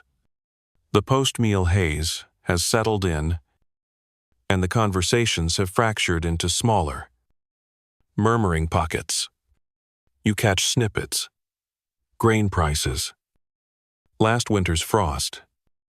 The weird rash old Thomas got after touching that glowing rock. It's the stuff of daily life. The glue of medieval gossip. But then your ears catch something different. A word spoken with caution and curiosity. Tales. Ghost tales. Strange goings-on. The room tilts subtly in that direction. It begins, as always, with someone claiming not to believe in any of it, and then telling a story so vivid you'd think they lived it. A woman near the hearth launches in with a tale of a haunted orchard, where apples fall even when the trees are bare. Someone laughs nervously. Someone else asks if that orchard is near Wormden. The room hushes a little. A story is taking shape. You love this part. Medieval taverns weren't just for sleep and stew, they were theaters, confessionals, and the original late-night radio shows, all rolled into one. When the lights dimmed and the ale flowed, people told stories. Real ones, embellished ones, some as old as the hills. Others made up 5 minutes ago to impress someone 2 benches away. A man with a broken nose and a soft voice leans in. Saw a barghest once. He says, You blink. A barghest? That's the enormous spectral black dog said to haunt crossroads and graveyards. Glowing eyes. He whispers. Teeth like fence posts. Another man snorts. That was my aunt's sheepdog. He just had mange. Ho. But it's too late, the mood has shifted. You're in ghost story territory now. A girl no older than 13 describes a ghost that watches her family's barn at night, silently counting the cows. only ever reaches 6, she says. And we've only got 5. She says this like it's perfectly logical. You feel a chill that has nothing to do with the fire going low. Historians still argue whether medieval people truly believed every ghost story they told, or if many were metaphors, warnings, or just entertainment wrapped in superstition. What's clear is this: they told them often, and they told them well. A traveler with a crooked hat spins a yarn about a phantom monk who appears near the marsh every full moon, ringing a bell no one else can hear.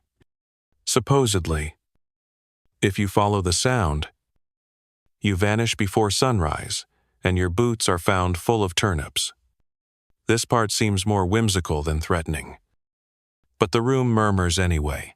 The bard, not to be outdone, stands up and declares, "I once stayed in an inn where the bed got up and walked away in the night."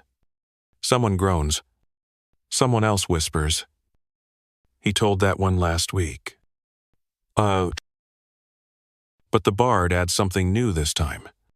The bed came back, he says, with feathers stuck in its legs, and a coin on the pillow that no one could spend. The tavern pauses. That's a good detail. Someone crosses themselves. You get the sense the story just leveled up. You glance around. The fire pops softly. Mugs clink in a distant corner. But the real flame is in these stories. Burning in the middle of the room, where imagination gathers like kindling. One man claims a witch cursed his ale so that it never went flat. He tells this with pride, as though this is somehow a punishment. The woman beside him mutters, "Sounds like you just drank someone else's beer." He nods. Exactly. And the barmaid sets down a lantern and shakes her head. "My gran said if you whistle after midnight, your breath carries secrets to the dead." She picks up an empty bowl and walks off before anyone can ask a follow-up. You make a mental note to never whistle after midnight. Not because you believe it. Exactly. But because, well, just in case. The stories roll on. There's one about a singing fox that leads people into the woods, another about a ghostly knight who rides through the fields every spring, looking for his lost helmet, which turns out to be a cooking pot. A farmer insists he once milked a cow that gave out ale for a full week. Everyone laughs then hesitates. Because what if? You sip your own mug, letting the warmth trail down your throat as the room leans deeper into the shadows of these tales. Every tavern has them. Every region adds its flavor. Sometimes it's a demon with backwards feet. Sometimes it's a saint who bleeds honey. Sometimes it's a door that only opens on the 13th knock-and, only if you're humming. What matters isn't truth. What matters is the hush, the lean, the way a room folds inward like a flower around a flame, the laughter that covers nervous glances, the way everyone pretends they're just stories until they walk home alone. And the trees look a little too still. You feel it now. That delicious mix of doubt and thrill. The tension of maybe. You look at the door, just to be sure it's still closed. It is, probably. The bard strums one last chord. No more ghosts, he says. They've had enough attention for one night. But even he knows that isn't how it works. The stories stay. They cling to the beams, curl around the fire pit, sink into the wood grain. They wait. And tomorrow night, they'll return again, maybe with different faces, maybe with glowing eyes, maybe with turnips in their boots. You sit quietly, still absorbing the last curl of that ghost story haze, when the tavern's rhythm gently shifts again. Someone sneezes 3 times in rapid successions, napping the room out of its dreamy stillness. A few folks laugh. Others groan. Someone mutters that sneezing 3 times is a sign the devil just walked past your grave. You decide not to question the logic, and instead rub your arms, noticing how the air has cooled while the stories kept you warm. The bard packs away his lute. And with that, the unofficial storytelling hour ends. A few people shuffle toward the back of the room, where a wooden counter and a chalkboard hang crookedly on the wall. It's time for business, because a medieval tavern isn't just for food, drink, and folklore. It's also your local job board, message center, lost chicken alert system, and blacksmith recommendation hot lineal rolled into one. You wander over, curious. The chalkboard is a mess of smudges, toodles, and barely legible scrawl. Someone has drawn a suspiciously lopsided knight with the words Sargassi, Slayer of Beans. You snort, then scan past it to the more serious notes. One reads, "Need strong back to haul firewood. Pay, 1 loaf and stew." Another, "Missing, gray cat. Answers to no name. Bites." Someone has added, "Not missed th" underneath. A third reads ominously, "Stranger seen near the old well. Keep children indoors." You glance around. No one seems alarmed, just mildly intrigued. Historians still argue whether taverns consistently served as the central message boards of rural medieval life. But given their location and foot traffic, it makes sense. If you had news, rumors, or jobs to post, you went to the place where people gathered, drank, and stared at the walls between songs. A man with a leather satchel steps up and begins announcing something, not in a loud town crier kind of way, but with the casual authority of someone who's done this before. He's a merchanter, possibly a messenger listing available wares, salt blocks, beeswax, a barrel of dried herring, and what he dramatically refers to as 1 authentic unicorn hoof. A skeptical grunt rises from the crowd. Someone asks, "Front or back hoof?" He doesn't miss a beat. Whichever one kicks lies harder. It earns a laugh. And somehow, a sale. Next, a traveling apothecary elbows into the space, carrying a wooden case filled with vials and wrapped bundles. She sets up a makeshift table and begins offering things like soul balm, itch, begone, and something called gut oil. You inch closer, half horrified and half fascinated. "Works on dogs and cousins," she says, holding up a greasy-looking jar. You pick where to try it first. Someone buys 2. You glance again at the chalkboard and spot a small scrap of parchment pinned beside it. It's written in neater hand than the rest. A riddle. "I drink no wine, yet I spill the same. I crack your walls, but bear no shame. What am I?" No signature. No reward.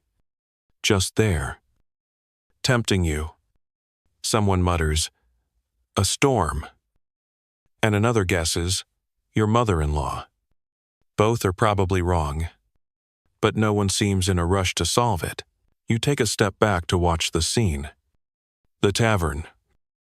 Once a quiet den of whispers and ghosts has turned into a pop-up medieval mall. A farmer is bartering with a furrier over what might be a badger pelt. A boy is selling eggs out of his cap. The bard has reappeared with a second-hand necklace he swears once belonged to a duke's mistress. And in the middle of it all stands the innkeeper, arms crossed.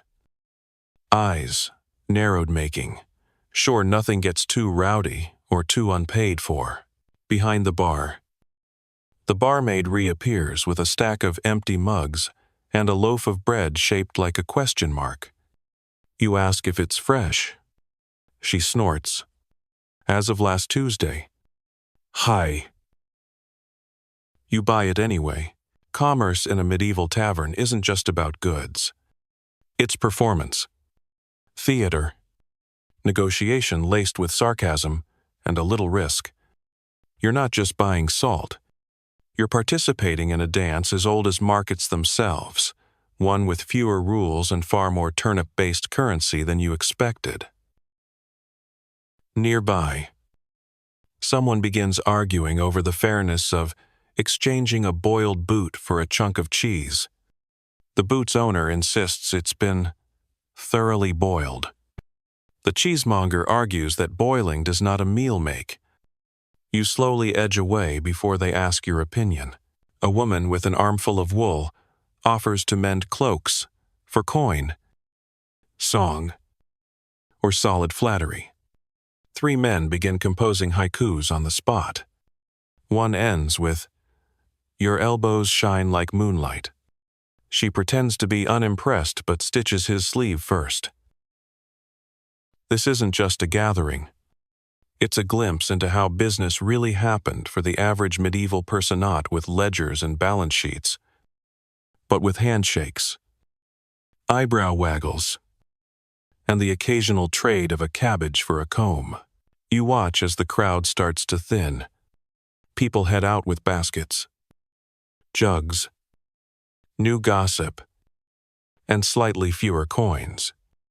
One man leaves grinning, holding a stick he claims is definitely magical. You decide to let him have that moment?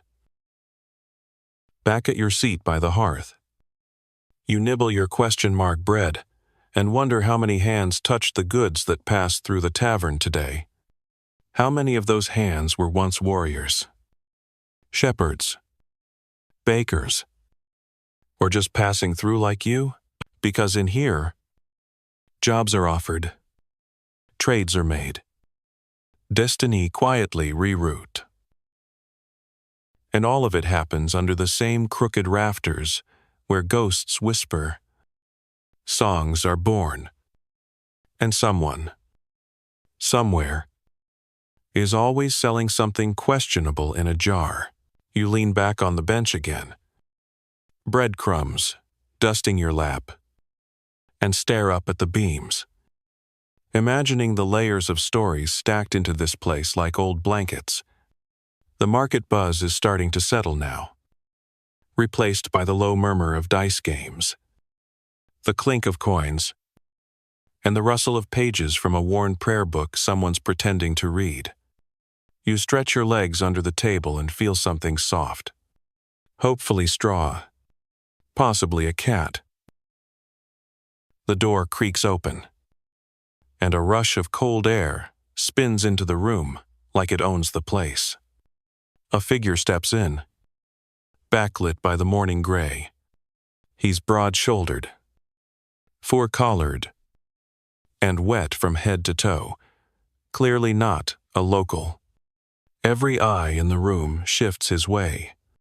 Some nod, some glance and look away. But no one speaks first. This is the dance of arrival. You've been there. He shakes himself off like a dog and strides toward the counter. Unbothered. His boots leave muddy tattoos on the floor.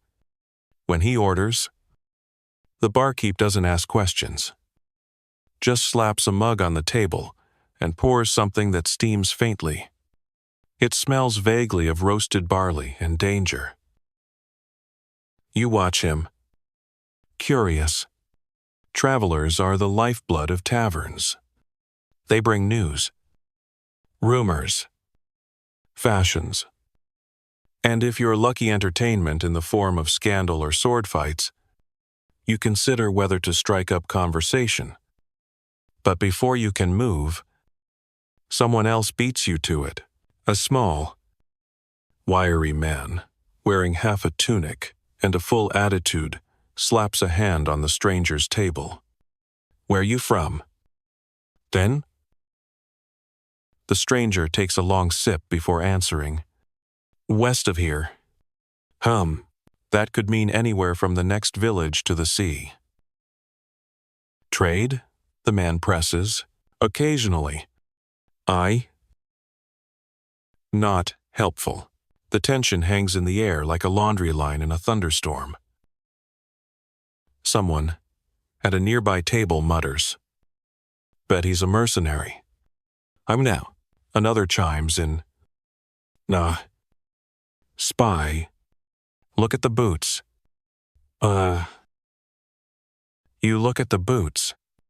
They do suggest he walks a lot, and possibly kicks things for a living. Historians still argue whether taverns truly attracted as many spies, mercenaries, and shady travelers as the stories suggest. But they were certainly crossroads. Anyone, going anywhere, had to eat, drink, or collapse somewhere. That meant you got a melting pot of professions, intentions, and hygiene. The stranger eventually waves the half-tunic man off with a dismissive grunt, and the tavern eases back into its rhythm. You, however, are now thoroughly in eavesdrop mode.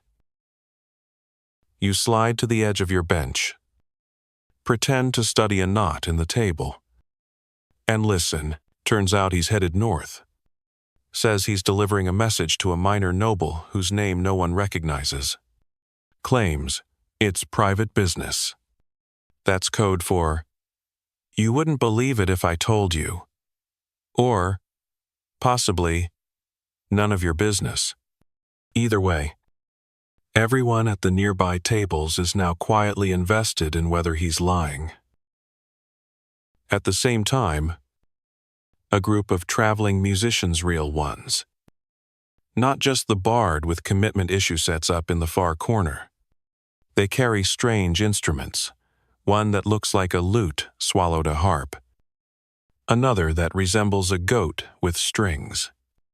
The tallest member carries a drum made of stretched hide and a lot of personal confidence. They start tuning, which mostly sounds like the instruments are trying to escape their pasts. You brace yourself, and then they play. The music pours through the tavern like warm wine. The goat lute hums. The drum thumps a beat that makes your boots want to tap. The harp lute weaves a melody that threads its way between the rafters and into your ears like silk dipped in honey. Heads turn. Feet start tapping. The barmaid starts dancing with a tray still balanced on one hand. Because of course she does. This is the tavern in full bloom. Music, strangers, toasted barley, coins being wagered, gossip buzzing like bees in a cracked hive. A man spins his partner near the hearth and nearly knocks over a brazier. Laughter erupts. Someone claps in rhythm. The musicians lean into the tune, weaving harmonies that catch even the most sour-faced gambler. In a smile, the stranger at the bar taps his foot, but never joins in. You wonder what his story is. You wonder what yours is. And then, without thinking, you stand. Your legs move before your pride can argue. You find yourself near the hearth, caught in the wave of music, clapping, maybe even moving a littlest dance. More rhythmic shuffling. But it counts. Someone grabs your hand and twirls you. You almost fall. It's fine. You recover. And for a moment, you forget about flea-bitten mattresses, suspicious stew, or the Barghest lurking near Wormden, because this is the kind of night you don't write down. You carry it in your bones. The firelight glows brighter. The room spins a little not from drink, but from sheer movement. Even the bard is clapping along now, grinning with half-jealous admiration. The stranger watches, still unmoved, still silent. But you think you catch the edge of a smirk. The musicians switch songs something faster, wilder. You bow out, breathless, and return to your bench with cheeks pink from effort and fire. A mug appears beside you. You didn't order it. You glance at the barmaid. She shrugs. From someone who thinks you dance like a sack of flour with dreams. Have her 4. You laugh, then sip. It's terrible.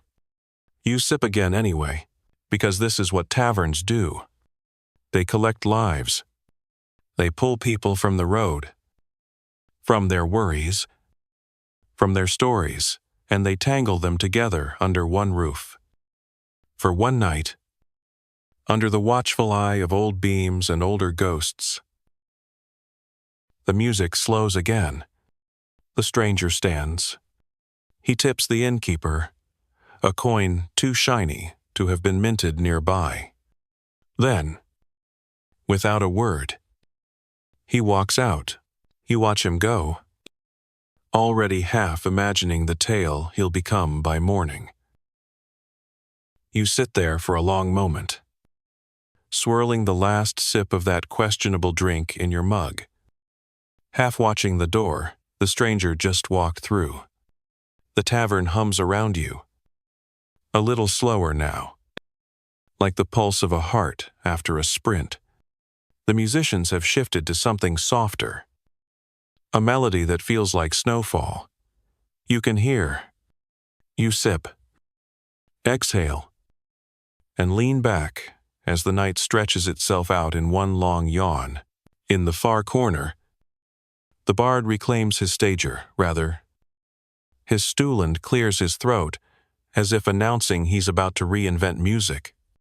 And now, he says, dramatically plucking his strings, a tale of longing, sheep, and mildew. MC. You decide it's a good time to take a break from narrative ballads and wander off. There's a narrow hallway behind the bar, dimly lit and lined with doors. One leads to the kitchen, one to what the barmaid earlier referred to as the thinking room, a generous term for the latrine, and another, you suspect, leads to the tavern's secret world, the upstairs. You pose. No signs. No guards. Just creaky stairs and the vague scent of damp timber. You glance back. No one stops you. Up you go. Each step creaks like it's whispering a secret curse. At the top, the corridor narrows into a crooked spine of wooden boards. You count 5 doors, all closed, one slightly ajar. You assume this is where the paying guests sleep, the ones who don't snore in piles next to the hearth or cuddle with a goat for warmth. But that's not what draws your eye. What gets your attention is the wall just beside the stairwell. It's covered in etchings, dozens, maybe hundreds. Names, drawings, crude jokes, symbols, initials inside hearts, and the occasional angry message that includes a name and the word thief. Hi. One drawing features a sword stabbing what appears to be a ham. Another simply says, Ethel was here, Twice. Aye. You run your fingers over the grooves. This is the memory wall. The proof of presence. The moment someone decided, yes, I stayed here. And I want future generations to know that I smelled awful and slept like a rock. Historians still argue whether medieval inns often featured such guestbook graffiti, or whether it was frowned upon. But where there are knives and idle hands, there are carving sand where there are carvings. There are people desperate to be remembered, even just as T.M. 1374. Gut soup. Regret. Of. One message is dated over 50 years ago and reads, "Beware the room with the squeaky beam." You glance down the hall. Every room looks guilty. You return to the stairwell, careful not to trip over a misplaced bucket, and step out onto a narrow balcony that overlooks the common room. From here, you get a perfect view of the tavern in all its chaotic glory. The hearth glows like a tired eye. The tables are a patchwork of elbows and tankards. The musicians are packing up now, laughing quietly among themselves. One of them drops a drumstick. The dog wakes up, sniffs it, and goes back to sleep, clearly unimpressed. Below you, the bard finishes another song with a flourish. "And that," he says with a dramatic bow, "is how the laundress defeated the bishop's ghost, using only a shoehorn and sheer audacity." Oh. Polite applause. You smile. And then you notice something, just past the bar, tucked behind a curtain of hanging herbs and onion braids, is a door, a small one, low to the ground and easy to miss, unless you're standing just so. The kind of door that isn't for storage or show. It's for something older. Your curiosity lights up like kindling. You descend the stairs and move toward it. The curtain rustles, and the barmaid steps into view. She gives you a look that says, "You've had enough exploring for one night," but doesn't stop you. "Cellar?" you ask. She raises an eyebrow. "Of a sort." You glance at the curtain. "Can I?" she sighs. "Just don't break anything. Or wake it." "Oh." You're about to ask what it is, but she's already walking away. You crouch, open the door, and duck into the darkness. It's cooler here. Musty. Stone replaces wood. The air is thick with earth and faint mildew, but also strangely lavender. You strike a flint against the wall torch. It catches with a soft hiss, revealing the low ceiling and shelves lined with bottles, sacks, and wait, is that a suit of armor? It is, slumped against the wall. A rusty helmet beside it, like someone took it off after a very long day of regrettable decisions. A small wooden tag dangles from the chest plate. "Do not disturb. Sir Lardbottom." Oh. Of course, you wander farther in. The floor slopes slightly. The torchlight flickers over jugs sealed with wax, baskets full of dried mushrooms, and a barrel labeled, "Regretful me do not open, again." And there at the very backy's a table. Not just any table. A round one. Old. Sturdy. Covered in carvings even older than the ones upstairs. Names in ancient hands. Some scratched in Latin. One says, "Elgar owes me cheese." Another, "She kissed me here, and beside it, a small crown symbol. This was once the secret room, the hidden space, the after-hours council chamber for people who believed that drinks, oaths, and bad poetry could change the world. You imagined smugglers, scholars, failed knights, and lovesick millers gathered here in flickering candlelight, plotting revolutions or arguing over pig taxes. You said, just for a minute, because the tavern isn't just upstairs. It isn't just the noise, the drink, the bard's weird obsession with goats. It's down here too, in the quiet places, in the carved promises and spilled secrets, in the names etched into wood and never fully erased. You run your fingers over a faded heart. It says, M+R. Underneath, forever. Or until harvest. You laugh and blow out the torch. You emerge from the cellar like some kind of crypt-raiding raccoon, blinking at the lamplight, clothes now dusted in cobwebs, and the faint scent of fermented beetroot. No one looks at you twice. This is the kind of place where someone returning from a mystery door behind a curtain isn't even the top 5 weirdest things happening. The tavern's Keter now. The earlier clamor has faded to the low rustle of end-of-night murmurs, the kind that make you feel like a feather drifting to the floor after a long gust.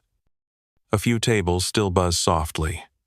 2 merchants comparing boot styles like it's cutting-edge fashion. A baker drunkenly listing the pros and cons of yeast. And the bard, of course, now using his lute as a pillow while muttering about key changes and destiny. Oh. You glance around, searching for a familiar face. The barmaid's vanished again, possibly teleporting like she always seems to. The fire is low, but steady. You settle back at your usual spot, that warm pocket near the hearth, and wrap your cloak tighter. Someone sits beside you. A woman, probably a few years older than you, with a cloak the color of pond water and a leather satchel that's seen better centuries. She nods. Busy night, she says. You nod back. Any quieter? And we'd need a drum to think. Ollie. She chuckles, then adds, you look like you found something downstairs. You blink. She raises her eyebrows. The cellar smells like regrets and lavender. You've got cobwebs in your hair. And you swipe at your head and mutter something about exploring. I used to sit at that table too, she says. Years ago, before I started moving around more. Now you're curious. You a trader? She grins. In information. Oh, that can mean a dozen things in a medieval tavern. Spy. Messenger. Bard. Con artist. Possibly all of them. She opens her satchel and pulls out a stack of folded papers, each tied with twine. People write things, stories, sightings, warnings. I copy them, leave some, take others, spread the ones that matter. You stare. So, medieval mail carrier? She laughs, more like the tavern grapevine's nervous system. She unties one and hands it to you. It reads, near Greystone Hollow. A herd of cows refused to cross the stream. Farmer says they all saw a light hovering above the water. Says it hummed like a flute. Said one cow hasn't stopped shaking. You look up. This really happened? She shrugs. Someone said it did. This is the next layer of the tavern you hadn't noticed before the unofficial postal system. Gossip highway. And warning siren. Paper was scarce. Yes, but when it showed up in places like this, it was more valuable than gold, especially when wrapped around information that could save your skin or at least make for a great story. Historians still argue whether travelers commonly exchanged such written notes in taverns, or if most things were passed orally, but scraps of parchment, coded letters, and wax seals have been found in old tavern ruins, often buried under floorboards or tucked behind, beams left behind like forgotten puzzle pieces. She hands you another. Beware the man with the limp and 2 dogs. He sells maps but draws them in reverse. Another. In Blarlow, they say the well speaks. Don't listen past midnight. You scan each one. Amazed. Some read like riddles. Some like warnings. One is just a recipe for eel pudding that ends with, also good on injuries. You hand it back with a grimace. She replaces them in her satchel. Sometimes, I think the tavern isn't a place. It's a mouth. A big one. Always chewing. Always telling you something. You just have to listen. Oh, you sit back, letting that thought melt into your bones. In the corner, a man is drawing something on the table with a burnt stick. It looks like a map, though it's upside down. Another man beside him nods solemnly and pretends to understand. A few feet away, someone's sleeping under a bench with only one boot visible. You silently hope they still have both feet. Your new companion leans forward. Want to see something strange? This is the medieval version of, do you want to see a magic trick? The only answer is yes. She reaches into her satchel again and pulls out a small wooden disc, carved with spirals and symbols, worn smooth by years of hands.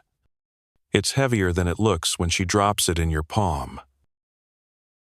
No one knows where it came from, she says. Shows up. Disappears. Someone always finds it again, in a tavern. Somewhere. Oboe. You turn it over. The carvings catch the firelight. Forming patterns you're pretty sure aren't possible in your current state of sobriety. They say, she whispers, if you hold it long enough, you hear someone else's thoughts. Oh, you grip it. Nothing, except maybe a vague craving for turnips. You give it back. Worth a try, she says. You ask if she's ever left one of those strange notes here. At this tavern, she hesitates, then nods. Once. Years ago. Oh. What did it say? She looks into the fire. Don't trust the stew on Tuesdays. Oh. You blink. That was you? She smirks. It's one of the tavern's oldest in-jokes. No one eats stew on Tuesdays now. Not since that one time it turned out to be mostly bones. Very tiny bones. And something with too many knees. You both laugh quietly. The kind of laugh that hums in the back of your throat and feels like a secret handshake. The fire pops. The bard snores. Someone drops a spoon and curses softly. You sit there in silence. 2 travelers in the warmth of the tavern's late-night hush. The kind of silence that's not empty. but full of thoughts, of echoes, two of stories folded like parchment and tucked into satchels. The woman stands. Safe travels, she says. Whatever direction you end up facing. How? You nod. And you? She heads toward the door. Not out just into the hallway. Past the thinking room. Up toward the graffiti guest wing. You wonder if she'll add another message to the wall, or leave one behind the hearth, folded into the wood grain. You sit alone now, watching the fire sink lower, and you start to wonder, if you wrote a note, what would you say? You stare into the fire, fingers lightly tracing the rim of your mug, and let your thoughts wander the way smoke climbs rafters. That quiet question lingers in your mind like an itch behind the ice. If you wrote a note, what would you say? Would it be a warning? A joke? A fragment of a dream you're not quite sure you had?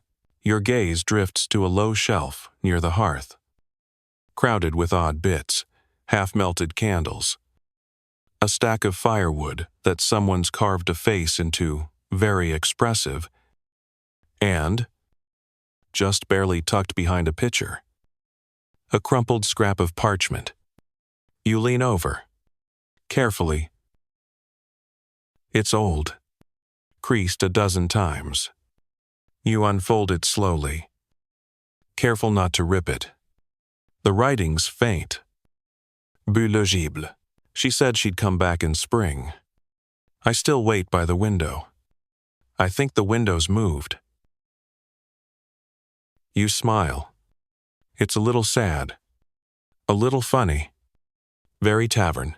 You fold it back the same way and slide it into the hollow between two stones in the hearth, where it probably came from. One more story in the bones of the building. Behind you, a loud snore rattles the air like a wheelbarrow hitting a chicken. Someone grunts. A few sleepers are now curled on benches, cloaks draped over faces, boots sticking off at odd angles.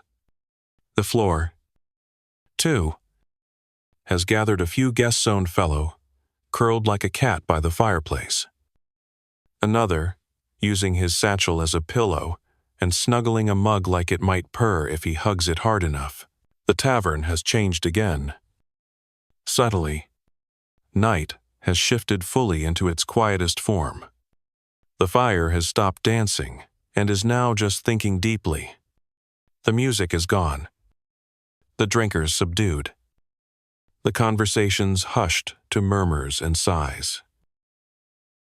You rise quietly and step toward the far end of the room, where a rickety ladder leads to a sort of loft, a half-floor, used for sleeping when all the benches and good spots near the fire are taken. You climb slowly, each rung creaking like it's gossiping about your weight. At the top, you find yourself on a plank platform, just wide enough for 3 bedrolls, some straw, and a few forgotten boots. The sloped roof forces you to crouch. You find an empty patch and settle down, wrapping your cloak around yourself like a moth curling into a blanket. Up here, the sounds below are muffled but still present. Someone coughs. A log shifts in the fire. The dog lets out a contented snort from its nook beneath the bar. The floor below you shifts slightly with every snore, and movement like sleeping on the back of a gentle beast. You lie back and stare up. The roof is low and dark, but you can just make out chapa scratches, stains, maybe even words. You squint. There, above you, someone has carved, "Don't let the rats braid your hair." Oh, you reach up and check your hair, just in case. Tavern lofts were the medieval version of budget lodging. Some were free. Some cost a coin or two. Some were pay with chores situations. There weren't mattresses, just straw, and the knowledge that, statistically, half the people up here have at least one bad dream involving chickens. Historians still debate how common it was for guests to share these sleeping spaces with strangers or goats. Some sources suggest inns separated travelers by class or gender. Others insist everyone just sort of collapsed wherever they could, without stepping on someone's face. Your neighbors tonight are a snoring man with a truly regrettable hat, and a woman clutching a sack like it contains something she doesn't entirely trust. You both nod at each other sleepily. No one talks. No one needs to, because here's the thing about sleeping in a tavern loft: it's never truly quiet.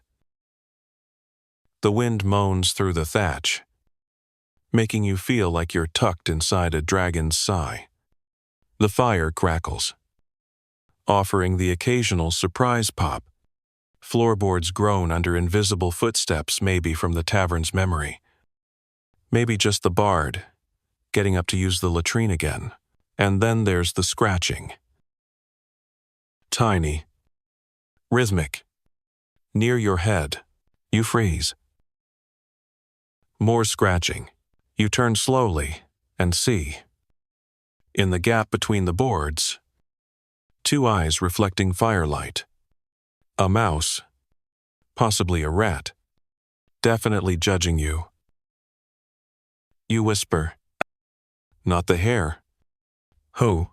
It scurries away. You exhale and settle again, eyes fluttering closed.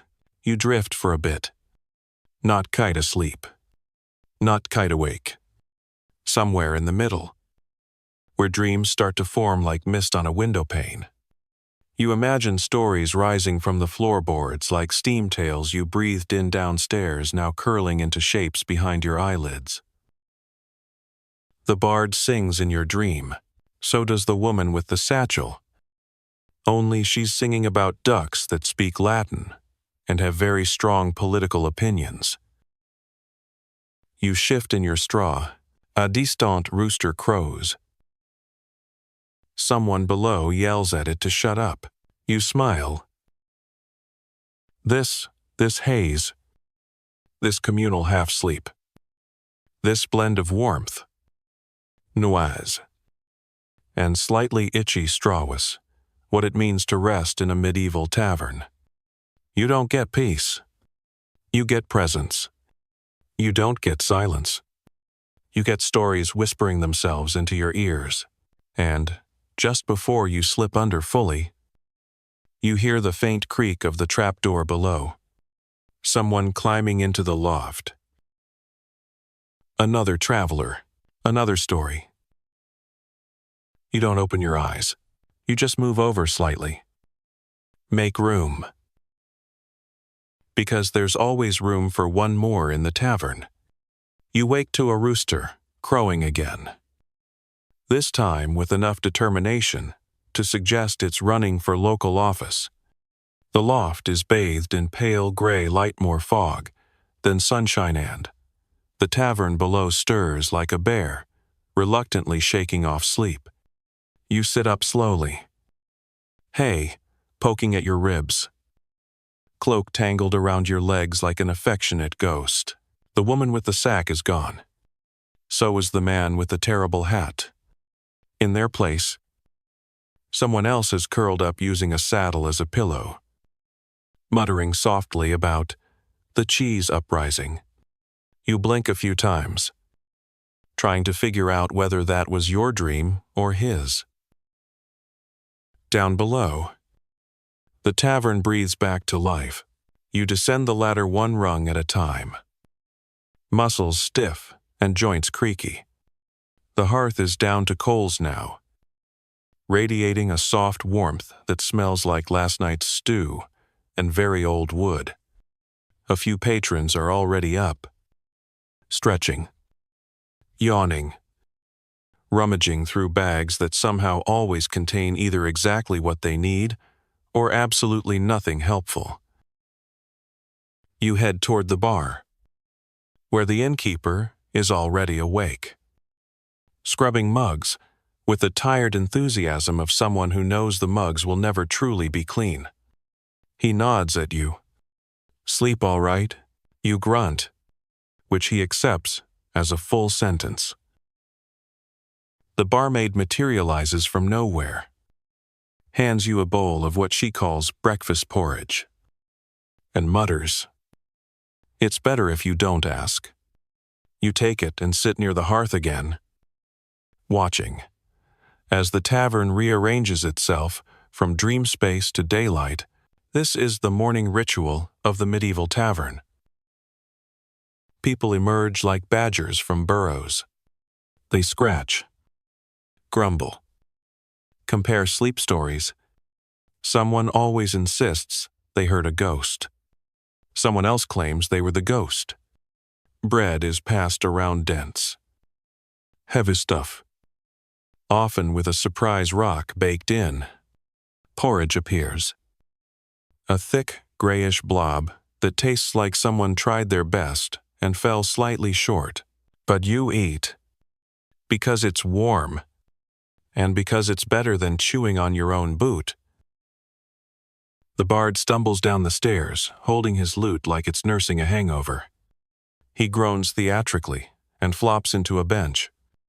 "I dreamed," he says, "that I was a duck, and the king, and I laid an egg made of gold." "Oh," you raise an eyebrow. He shrugs.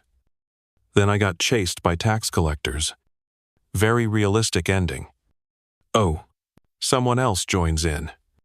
"I had a dream I was married to a tree." Another, "I was a fish. A very anxious fish." "I." You glance around. This is a thing. Tavern dreams are shared like gossip, like warnings, like weather. There's something about the stew, the straw, the firelight, the whole brew of sleep ingredients that seems to ferment the wildest, weirdest dreams in people's heads. Historians still argue whether these communal dream recountings were common or exaggerated in stories. But if you think about it, it makes perfect sense. In a world lit by flame and colored by superstition, dreams were never just dreams. They were messages, omens, poorly translated prophecies from a very sleepy oracle. You share your own. About the Latin-speaking ducks. Someone gasps. "That's a sign of shifting winds." What winds?" you ask. They shrug. "All of them?" You finish your porridge and accept a chunk of bread that's only slightly stale. The barmaid walks by with a tray of mugs, already refilling the cups of those who believe that ale is an acceptable breakfast. No one argues. The dog yawns near the door, then curls into a new position that suggests it's planning to sleep through the next political regime. The tavern, in daylight, is both softer and stranger than it was at night. Details you didn't notice before now pop into view. A mural on the back wall, faded nearly to invisibility, shows what appears to be a man arm wrestling a bear, or dancing with it. The perspective's unclear. A plaque near the hearth reads, "Don't feed the bread to ghosts." You stare at it for a long time, wondering whether it's a joke or a genuine lesson someone learned the hard way. You make your way around the tavern, noticing the morning habits of others. One man is carefully oiling his boots. Another is sharpening a spoon. A woman is brushing out her hair, using what looks like a very determined hedgehog. You nod at her. She nods back. There's respect in that kind of effort. The traveling musicians from the night before are now seated in the corner, quietly playing a tune that sounds like raindrops falling into a teacup. It's gentle, barely there, like a lullaby for a day that hasn't made up its mind yet. Outside, you hear the clatter of hooves and the squeak of a cart. The tavern's door opens, and a breeze wanders in like a curious spirit. With it comes the scent of morning dewy grass, distant smoke, and the sharp tang of horses that need bathing and know it. Travelers begin to pack up. There's a rhythm to it. Straps tightened, cloaks swung on, coins pressed into palms, promises mumbled that no one intends to keep. The innkeeper grunts. The barmaid glares. The bard sings a farewell ditty that rhymes goodbye with soggy pie. Oh, and then, just like that, the tavern begins to empty. Not all at once, but slowly. A bench clears. A stool is left spinning. A man lifts his hat in farewell and reveals a third eyebrow painted underneath. He winks. You decide not to ask. You're one of the few left. You wander back toward your bench. Fingers trailing across the table. The mug. The scorch mark shaped like a rabbit. You sit and breathe, because the tavern is different now. Not worse, just quieter, like a stage between performances, waiting for the next act, the next rush of footsteps, the next joke whispered too loud. And you're still here? One more morning, one more dream, one more ghost-shaped silence curling up beside you. You rest your chin on your palm, watching the last of the breakfast crowd filter out into the misty gray beyond the door. Hooves clop away. Boots crunch, frostbitten earth. The barmaid begins wiping down tables with the fierce intensity of someone scrubbing not just crumbs, but also poor life choices and the memory of last night's stew. The tavern exhales a long kreakisich, as though it too has survived something. You stretch, spine popping like an old door hinge, and glance toward the hearth. The coals there still pulse faintly, glowing like forgotten dreams at the bottom of a mug. You poke one gently with the end of a stick. It hisses at you. Rude.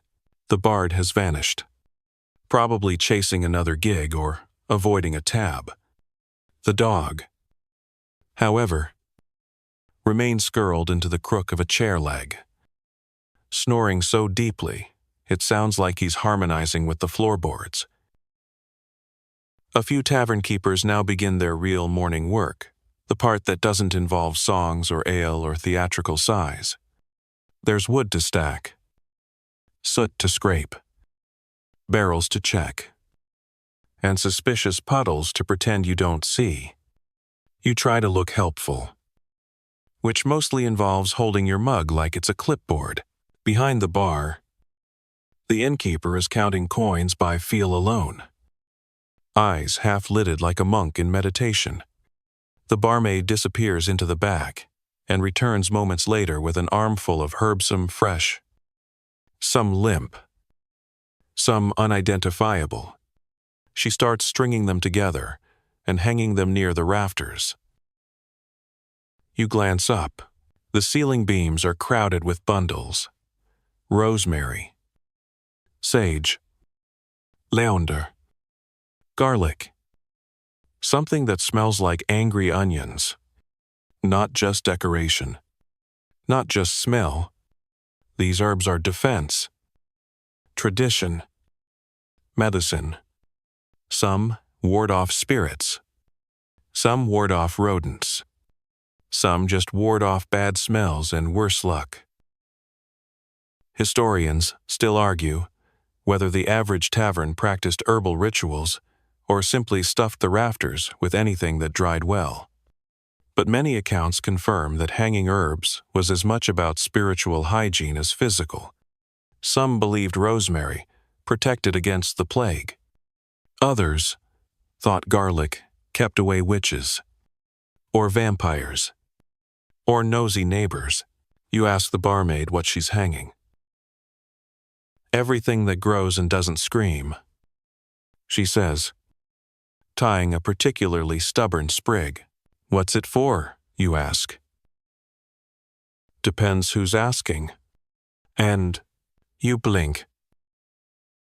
She grins. For you, it's to keep the air sweet.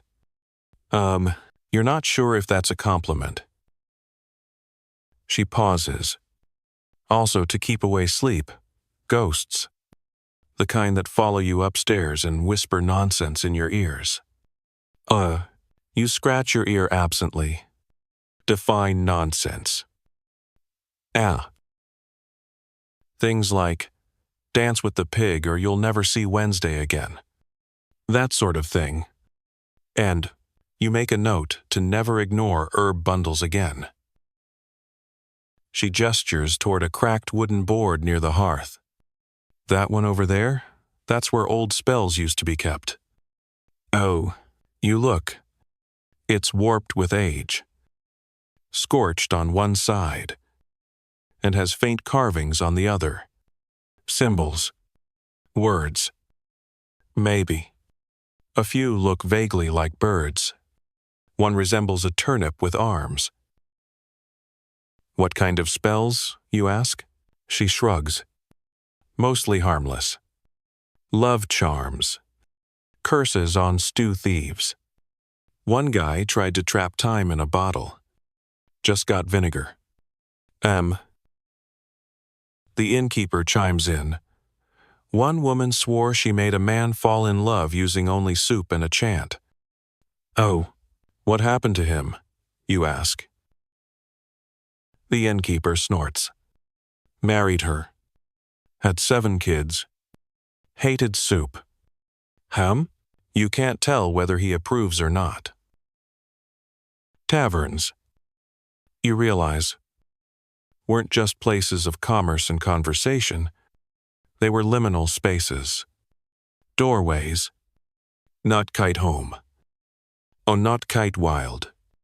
The perfect place for small magics. Half-beliefs. And rituals performed by candlelight and hope. Spells written on scraps. Wishes baked into loaves. Bones buried under thresholds for good lucre, bad revenge. You ask if the tavern still gets witches. The barmaid considers.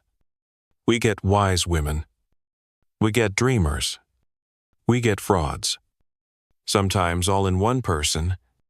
You point to the herbs again. And the bundles? She lowers her voice. Sometimes they're payment. Someone leaves a charm. We leave it up. It works for them. It works for us. You notice a tiny pouch tucked above the doorframe. So small, it looks like a forgotten coin purse. What's that one? She glances up. That one's for safe returns. And of travelers? Of anyone? The tavern quiets again.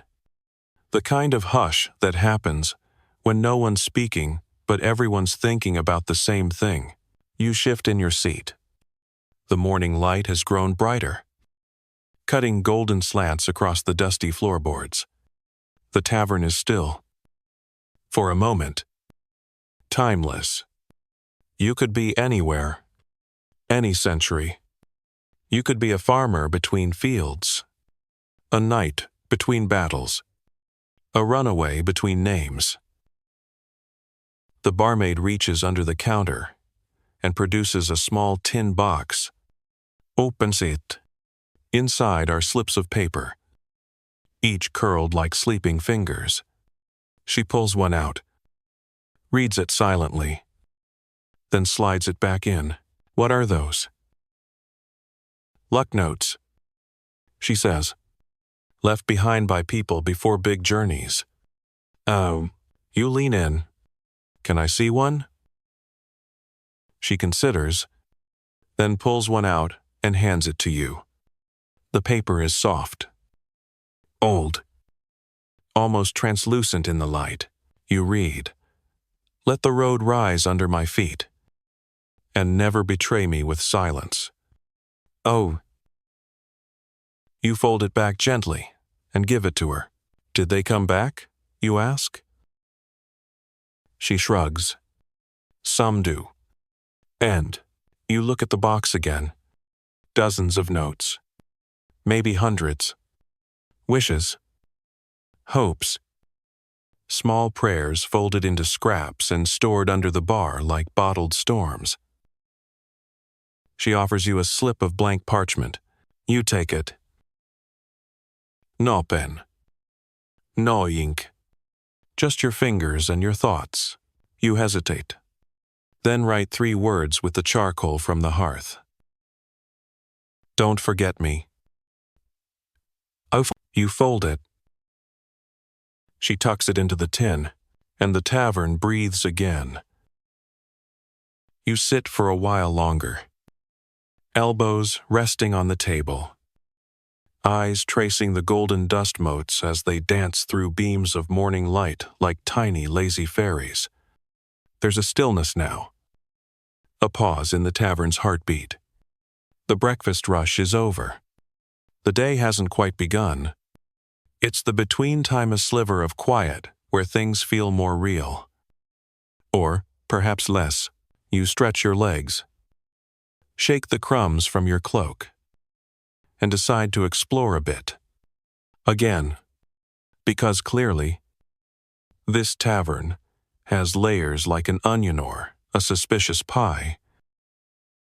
You wander past the bar. Down a hall, lined with old farming tools, nailed up as decor. You pass a door marked with a sheep's skull, probably just to scare children, and another with a symbol that looks suspiciously like someone failed to draw a horse and decided it was an abstract rune. Eventually, you find the kitchen. Warm, noisy, chaotic, and oddly welcoming. A woman with forearms like tree trunks stirs something in a pot so large it could double as a bathing tub. She looks up, squints at you, and jerks her head toward a crate. If you're standing here, you're helping. Oh. You sit on the crate. Good enough, she mutters, going back to her pot. The kitchen smells like bread, onions, and unspoken grudges. There are chickens in one corner not penned, just loitering like feathered bouncers. A boy peels root vegetables with the speed and despair of someone who lost a bet. A cat sleeps in a basket of apples, ignoring the humans with practiced indifference. This is a different part of the tavern's life, the engine room, where the magic is less about charm pouches and more about chopping enough cabbage before your arms fall off. You help sort some herbs, mostly by smelling each one and guessing if it belongs in stew or in a ritual. The cook approves of your confidence, if not your accuracy. You ever clean out a hearth chicken? She asks suddenly. A what? She points at a particularly smug-looking bird. Likes to hide behind the fireplace and steal crumbs. Gets greasy. Smells like regret. You politely decline the opportunity. While plucking parsley, you learn a lot. Like how stew rotation works. Monday equals root surprise. Tuesday equal don't ask. How to tell if a sausage is still good, if it hums. Run. And how to wake a sleeping drunk without losing a finger, poke with bread. And then she says, "You want to see the cold room?" You blink. Is that a threat? She grins. Nah. It's where we keep the meat. Hum. You follow her to a trap door, hidden under a rug, and secured with what might be the world's oldest padlock. She unlocks it with a key the size of your hand. Swings it open. And the smell hits you cold. Damp. Iron-rich air. Laced with herbs. And the faint ghost of smoked ham. You descend behind her into a stone-walled cellar. Darker and colder than the tavern's storage room. Meat hangs from hook's pork. Mutton. Maybe something more mysterious. Barrels. Line. One wall. Some, marked with chalk sigils, you assume mean edible and questionable. In the corner is a barrel, labeled, "Do not open unless desperate." You take a respectful step back. This, she says, gesturing around, is how you make a tavern last through winter. You nod. Genuinely impressed. Ever tried pickled goose tongue? She asks. You hesitate. Not yet. She smiles. Wise. Oh. Historians still argue whether medieval taverns had such elaborate cold storage systems, or whether most simply salted everything until it wept.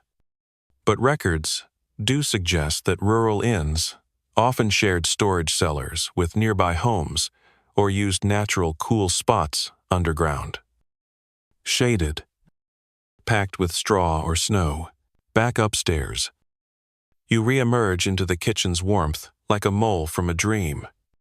The boy has peeled enough vegetables to create a small mountain.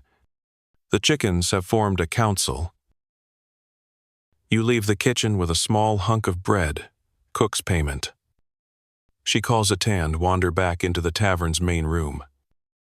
Now swept and ready for the day's next phase. Outside, the door opens, and in walks a man carrying a harp covered in burlap. He's followed by a woman with a sack full of spoons.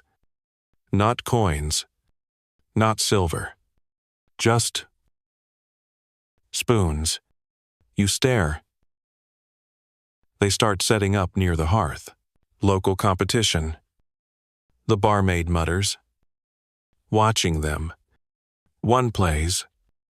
The other percusses. Oh. How good are they?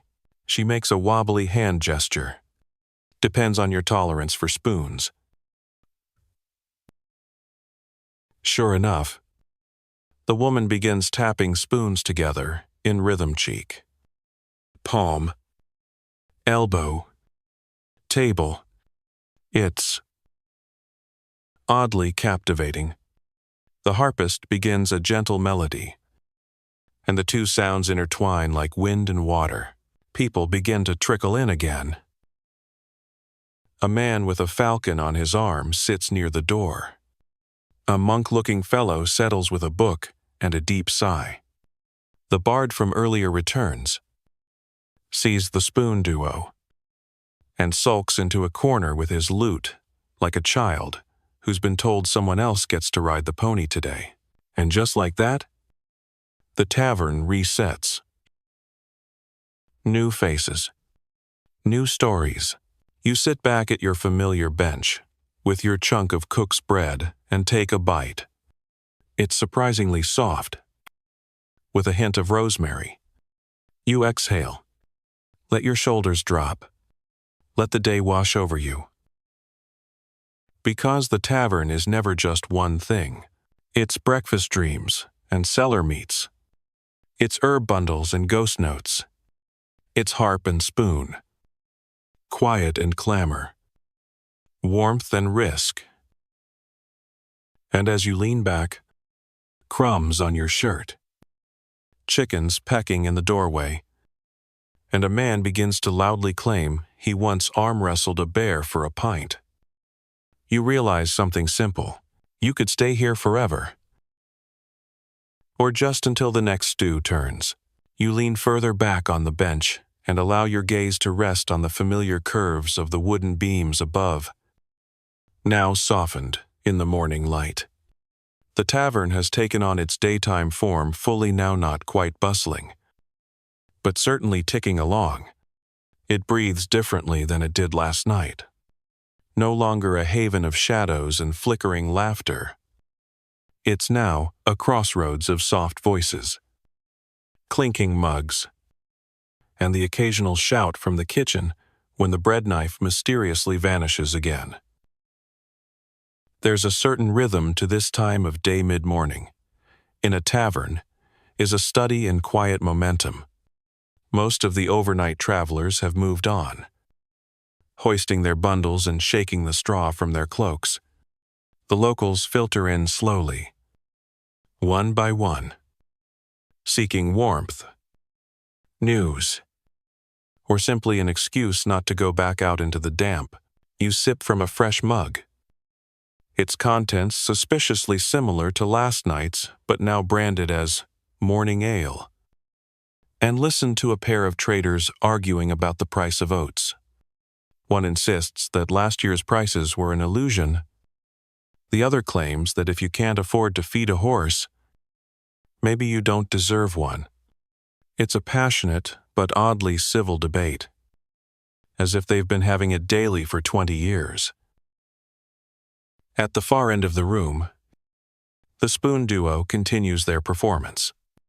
The harpist plays with a quiet grace.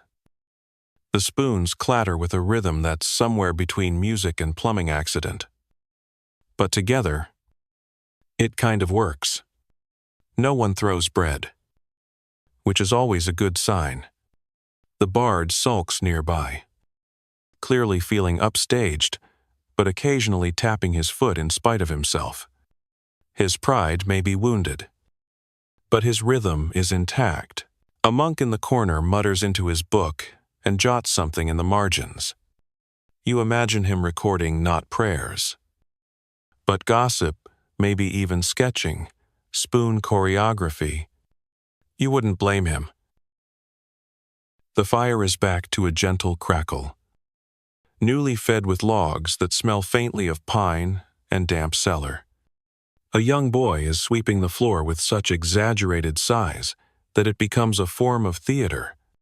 The barmaid walks past him without comment. Though her eyebrow arches higher with every sweep, you suspect he's being punished. Probably for something involving the mysterious disappearance of 3 pickled eggs and a very dizzy chicken. There's a knock on the tavern door. Not unusual, but odd in its sharpness. 3 crisp taps. The room stills slightly. The door opens slowly, and in walks a man in a long dark coat, wide-brimmed hat, and boots that whisper instead of thud. He's followed by a woman in traveling robes and a massive leather bag slung over one shoulder. They scan the room the way wolves scan a meadow, not malicious, just observant. The barmaid intercepts them with the practiced neutrality of someone who's seen everything twice and cleaned up after it. After a brief exchange, the pair take a table near the hearth, not far from you, and begin unpacking. From the bag comes a stack of scrolls, some tied with black string, others with wax seals in unfamiliar shapes, a pouch of coins, a Nifano, threatening, just practical, a vial of something green and bubbling. The monk looks up with interest. So do you. The man pulls out a scrap of parchment and begins scanning the room again.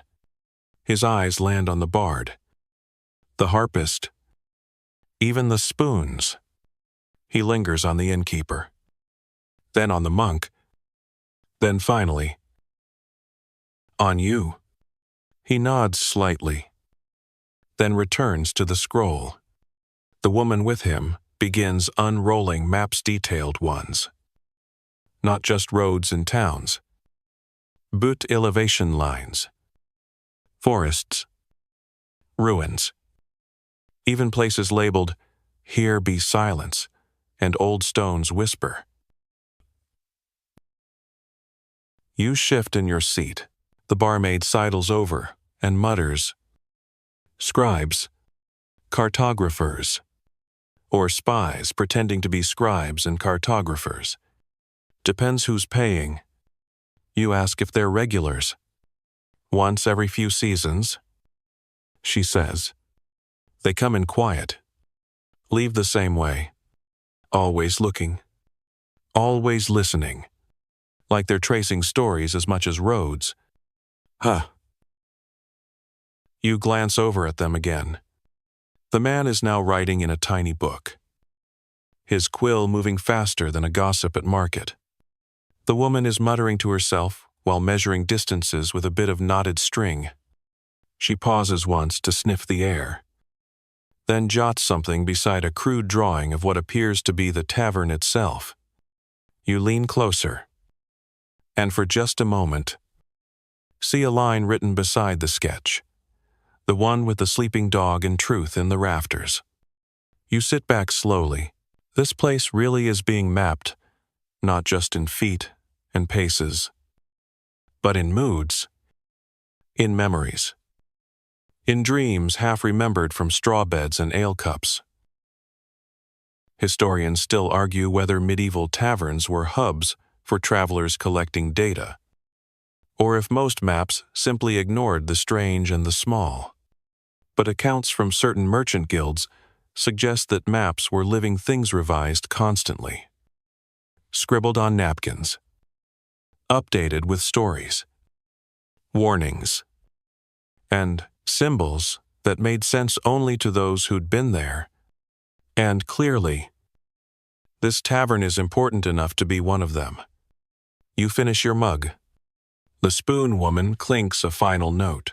The fire pops, sending up a single glowing ember that spirals like a lazy firefly and disappears into the chimney's yawn. The strangers pack their scrolls, rise without fanfare, and leave through the same door they entered. Not a word spoken. The bard stares after them, then mutters, "I once mapped a woman's heart. Got lost for a week. Still can't find the exit." You snort into your sleeve, and just like that, the tavern settles again, as if it knows it has been noted, recorded, woven into a larger tapestry. It can't see, but can certainly feel. The day stretches on, long and slow like honey, dribbling from a jar that's seen too many winters. The sun pushes its pale light through the small windows, creating lazy pools of warmth that drift across the floorboards like migrating cats. You remain in your usual seat, tucked near the hearth where the coals now whisper rather than crackle. The tavern has shifted again, as it does every few hours, into a gentle lull between customers. The spoon musicians have packed up and wandered off, leaving behind a few copper coins and a dent in the bench that will probably last until next spring. The bard, re-energized by their absence, has begun tuning his lute with exaggerated flair, as though preparing for an audience of royalty, or at least one drunk merchant willing to throw him half a sausage for a decent ballad. You're sipping something new now. The barmaid's latest invention, half cider, half regret. She called it Wasp's Mercy and warned that it may taste like apples or shoes, depending on your mood. You're undecided, but at least it's warm. The monk is still scribbling in his book, though now he's fallen into a meditative rhythm, occasionally pausing to smell the ink or mutter things like too many commas. Gregory. There is no Gregory. The dog by the hearth opens one eye. snorts at nothing in particular, and resumes his slumber. Every few minutes, a low murmur of conversation rises from other corners of the tavern, mostly traders discussing routes, or a pair of old women in the back arguing over whether the moon truly feels sadness when no one looks at it. One of them insists the moon blinked at her once. You consider offering a diplomatic middle ground, but decide it's safer to sip and remain mysterious. A new figure enters not dramatically, but purposefully. She wears the patchwork cloak of a healer or hedge witch, her hair streaked with ash gray and leaves, as though the wind itself got bored and styled her. She carries a pouch full of bottles that clink like a very cautious chime. The barmaid sees her and nods. No surprise. Nofus. The woman crosses the room and sits at a small side table. People give her space. The way you give space to fire or royalty, or someone who clearly knows how to make your nose bleed with a herb tea. The bard stops tuning. The monk glances up. Even the dog lifts its head slightly before deciding she's not a threat and flopping back down. She removes a cloth from her pouch and begins laying out small jars, each one filled with something odd: red powder, green paste, a tiny nest of what looks like beetle legs, and a dried mushroom the size of a child's fist. She sets them in order, not with showmanship, but with quiet purpose. You lean toward the barmaid and whisper, "Who is she?" She responds without looking. She comes when she's needed. What does she do? Cures, curses, counsels, makes a stew that can see the future if you squint hard enough. You ask if she's a witch. The barmaid tilts her head. She'd say no. Others might say, yes. Truth's probably hiding somewhere in her pocket, waiting to jump out and nibble your ankles. Oh, the healer catches you looking. She smiles kind, but not soft. A smile with edges. You nod. Because what else can you do when someone might be carrying nightmares in a jar and peace in a spoon? She motions you over. You hesitate. Then stand, mug in hand, and make your way to her table. Up close, the jars seem even stranger. One has a feather floating in dark syrup. Another contains a sliver of metal that hums very quietly. You sit across from her. She says nothing at first, just watches. Then she asks, "How did you sleep?" You pose. Well enough. Any dreams? Some. Ducks. Speaking Latin. A quote. She nods as if this is normal. Did they tell you anything? They were mostly debating corn tariffs. Oh, smart ducks. You glance at her jars. You read dreams? I read people. Dreams are just the ink they spill when they're not paying attention. Oh, you don't quite know what that means, but it sticks in your brain like honey to fingers. She gestures to one jar. This is for memory. Ambra.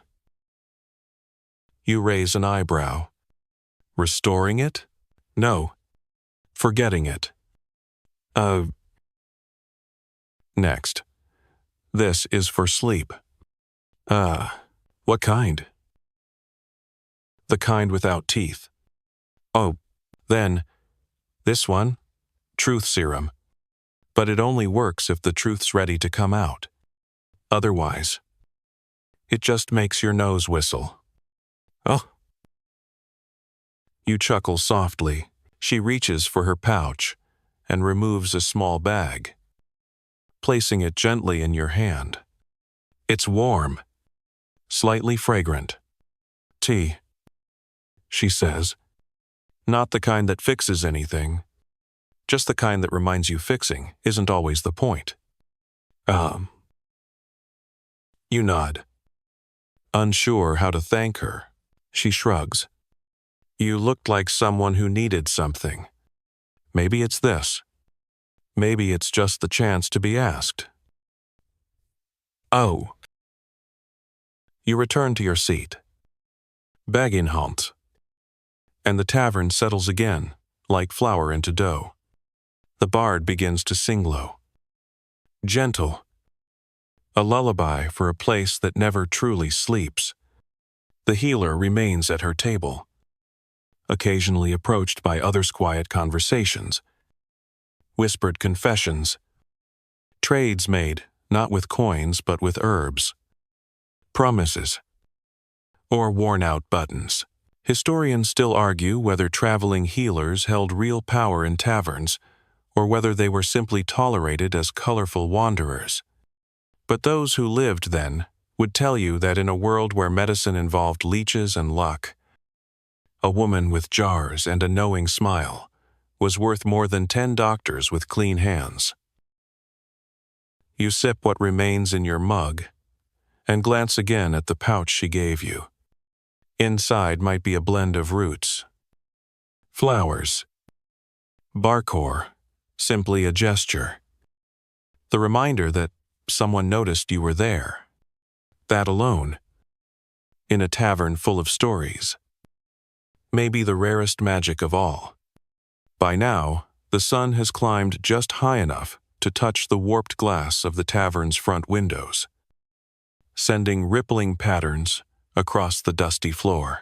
They shimmer and dance like lazy spirits, wandering between table legs and tankards, pausing occasionally as if listening to the fragments of conversation drifting through the air. You sit still, cloak draped loosely over your shoulders, arms wrapped around your warm mug knot out of necessity, but because holding something is the closest thing to a plan you've got right now. The healer has gone. Not abruptly, not mysteriously, just gone. One moment she was there, murmuring over a jar of what might have been lizard powder, and the next, only an empty mug and the faint scent of lavender and smoked nettle remain. No goodbyes. No flair for drama. She simply left the way steam escapes from a pot quiet. Inevitable. And almost unnoticed. The tavern, however, doesn't slow down. People drift in and out with the ease of bees circling a hive, each bringing with them scraps of news, ale smells, and occasionally mud that no one seems particularly bothered about. You're starting to learn that dirt, in a tavern, is less of a problem and more of a given. A group of woodcutters arrives around mid-morning, loud and cheerful, covered in the kind of sawdust that becomes part of your soul if you're not careful. They slap backs, drop axes at the door with a clatter that startles the dog awake, and immediately order something dark and frothy. One of them leans on the bar, flirts with the barmaid, and is rewarded with a look so dry it could sandwood. He grins anyway. Their laughter fills the room, bright and raw. Like fire catching quickly, it spreads to nearby tables. Even the monk cracks a smile, though he hides it behind his book like a schoolboy, avoiding a teacher's glare. You can't help but grin too. There's something infectious about people who've been freezing their limbs off in a forest all morning and now get to sit somewhere warm with their friends and ale and bad jokes about squirrels. The bard, sensing the shift in energy, begins a rowdier tune. His fingers fly across the strings, his voice sharp and rich. spinning a tale about a farmer, a goat, and a barrel of mead that somehow ends in a legal dispute. The woodcutters cheer, demand more, and throw a few coins his way with the uncoordinated aim of happy men. One coin hits the dog. The dog growls. They apologize. This is tavern life at full stride. Heat, sound, smells layered like a cake on rogue-burnt onions. Ale, firewood, sweat, and underneath it all, the warm yeast of bread rising somewhere unseen. The air itself is thick with laughter, chatter, and the occasional snore from a leftover sleeper who's decided the bench is home now. At one table, a young couple sits side by side, sharing a bowl of soup and leaning in close to whisper things they think no one can hear. At another, a merchant unfurls a roll of wool, proudly boasting of its softness. A passerby runs his hand over it, unimpressed, and mutters, "I felt softer curses." They laugh and move on. You finish your drink and decide to stretch your legs, walking slowly around the room, pausing at a shelf where old mugs and dusty jugs are lined up like aging actors waiting to be called back on stage. Some have names scratched into them. Others, Symbolsa fish, a star, a bear with a hat. The barmaid sees you looking and says, "Regulars, or ghosts. Hard to tell sometimes." End of. Near the hearth is a cork border, what passes for one in this century. A thick slab of wood with things pinned to it using bent nails and aggressive optimism. You squint at the messages. There's a flyer for a lost goat named Buttercup. Answers to nothing. An offer for arrow fletching services. And something that simply reads, "Please stop putting mushrooms in the ale. It's not funny anymore." You grin and add your own mark nothing grand. Just a small charcoal sketch of a duck with a crown and a very serious expression. A nod to the dream, to the absurdity, and maybe a private reminder that you were here. Historians still argue whether taverns truly functioned as community bulletin boards or if that's a romantic exaggeration, but evidence suggests that many had corners like this a place for news, gossip, crude art, and strange declarations. It was communication. Yes, but also a kind of ritual, proof that people passed through, left something behind, and might someday return. You move toward the back corner where the oldest parts of the tavern reside. The wood here is darker, more warped, whispering age through every creak. There's a small table tucked into the alcove where two old men sit playing a slow game involving pebbles and quiet glares. Neither speaks, but one sighs heavily every few minutes, clearly devastated by the other's last move. You watch for a while, unsure of the rules, then realize the game may simply be an excuse to sit quietly near someone familiar. You return to your bench eventually, newly aware of the rhythm the day has taken. The tavern is alive in a different way, now not the reckless noise of evening, not the weary hush of dawn, but something comfortable and full, a middle moment, where everything balances for just a breath before tipping again. The barmaid brings you another mug. Unasked, she doesn't comment, just slides it forward, like a favor from the universe. You thank her with a nod. You take a sip. It's still warm, still strange, still perfect. The warmth of the drink lingers on your tongue as you lean back, content in a way that has little to do with comfort, and everything to do with the feeling of being perfectly, quietly present. The tavern hums around you, not the loud hum of raucous song and dancing feet, but a softer one, like a beehive at rest. Its occupants all busy with quiet tasks, laughter curling into the corners like lazy cats. The table beside you now hosts a trio of traveling actors, their faces painted in streaks of faded red and gold, their cloaks threadbare and patched with more colors than a festival banner. One is sewing a tear in her boot with hands that move like a puppeteer's. Another is rehearsing lines under his breath, punctuated by dramatic hand flourishes that cause the mug in front of him to slosh dangerously close to the edge. The third tall, gaunt, and clearly the self-appointed serious one sits, still, staring at the wall as if it owes him money. You watch them for a moment, charmed by the simple truth that no matter the century, theater kids are theater kids. The barmaid walks by, gives them all the same look. A hen gives particularly rowdy chicks, and says, "If you set fire to anything this time, you're mopping it up with your own cloaks." The tall one bows solemnly. She rolls her eyes and moves on, a few tables over. A game of dice has broken out. It's not the loud, dangerous kind, where fortunes are wagered in silver.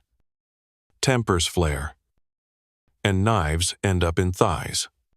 This is the quieter sort of game played for roasted chestnuts and pride. Two men and a woman lean over the table, squinting at the cup as it rattles and spills, groaning or cheering with each outcome. One curses so colorfully, you suspect it might be a spell if said backward. You watch long enough to learn the rules, then wisely decide not to join. You look around and spot a new addition to the tavern landscape, a chalkboard propped near the hearth. In elegant, but slightly smudged writing, it reads, "Tonight's entertainment, the Golden Spoon Players." Below it, "Please don't feed the actors. They bite." Huh. You glance at the trio of performers. Yep, that tracks. The hours pass not quickly, but without friction. Somewhere outside, a bell rings not loudly, not urgently, just a soft chime that marks a passing hour. No one rushes. The tavern exists outside of hours, in a kind of suspended time, where meals appear when they're ready, and conversations end only when someone's mug is empty, or someone's eyes are too. You find yourself staring into the fire again, watching the logs crumble in slow orange sighs. There's a peace here you hadn't expected, a stillness born not of silence, but of balance. Everything in this place, every creak, every spoon tap, every sleepy bark from the hearth dog, feels like part of a long, slow story that doesn't need to be hurried along. Then the door opens again, and cold wind sneaks in like a guilty child. A group enters, cloaked and booted, fresh from the road. They stamp the dirt from their soles, sigh like people who've seen too much sky and not enough soup, and make their way to the bar. The barkeep greets them with a grunt and 3 mugs already in hand. No words needed. Regulars. Then, one of them, a broad-shouldered woman with arms like fence posts and a laugh that could rattle Glasscatch's sight of the bard, and shouts, still playing that same sad song. "Are you?" He grins. "Better than your dancing." You wound me." Not yet." They both chuckle and clap each other on the shoulder with the force of small avalanches. You smile. These are the kinds of reunions taverns are built for. Not the teary kind. Not the dramatic sobs and slow embraces. Just the clatter of mugs. The insults flung like compliments. The laughter that comes from seeing someone who made it back again. Who came through whatever forest, storm, or bad idea. They were tangled in and returned in one piece. Historians still argue whether medieval taverns were more social club or survival checkpoint. But the truth is probably both. They were the pause in the journey. The familiar roof in a world that often gave none. They were where people returned not just to eat or sleep, but to be seen, to be known. You lean back again and feel your shoulders relax more deeply than you expected. You're part of it now, not just an observer, but a stitch in the tavern's strange, sprawling quilt. You've been here long enough to recognize the rhythms, the faces, the way the barmaid always taps her fingers twice before pouring cider.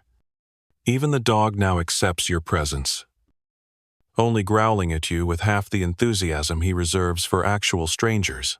The fire crackles again. The actors are now discussing stage placement with the bard, who looks like he's trying to bargain for a bigger spotlight that doesn't exist. The dice game has ended. The winner is smug. The loser's dramatic.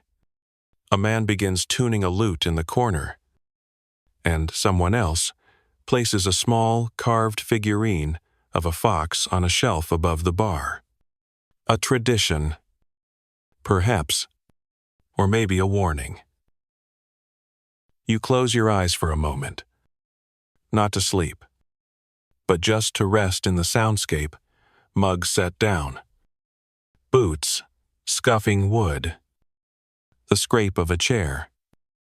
The low hum of a song starting in someone's throat. You let it wash over you, not trying to hold on to any one sound, just letting them drift and swirl like leaves in a lazy stream. This is the tavern's heartbeat. Steady, uneven, perfect. And you are, for now, right in the center of it. The light outside has changed again, shifting from the bright gold of afternoon to the dusky amber of approaching evening. You don't need a clock to know it. The tavern tells you with the subtle elegance of habit. The fire is fed without being asked. Benches are straightened. Mugs are rinsed and lined up like sleepy soldiers preparing for a second shift.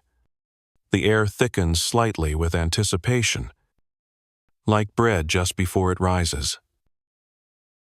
This is the hour when the day exhales and the night begins to pull on its boots.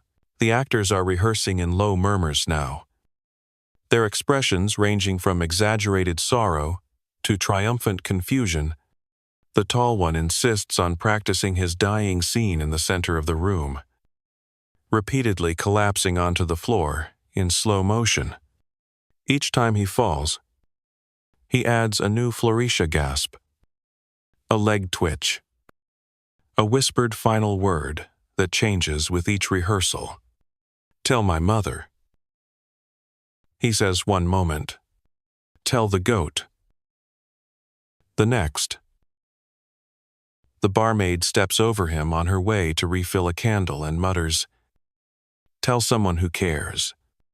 At a nearby table, the woodcutters from earlier have returned with more dust on their cloaks and a small basket of wild mushrooms.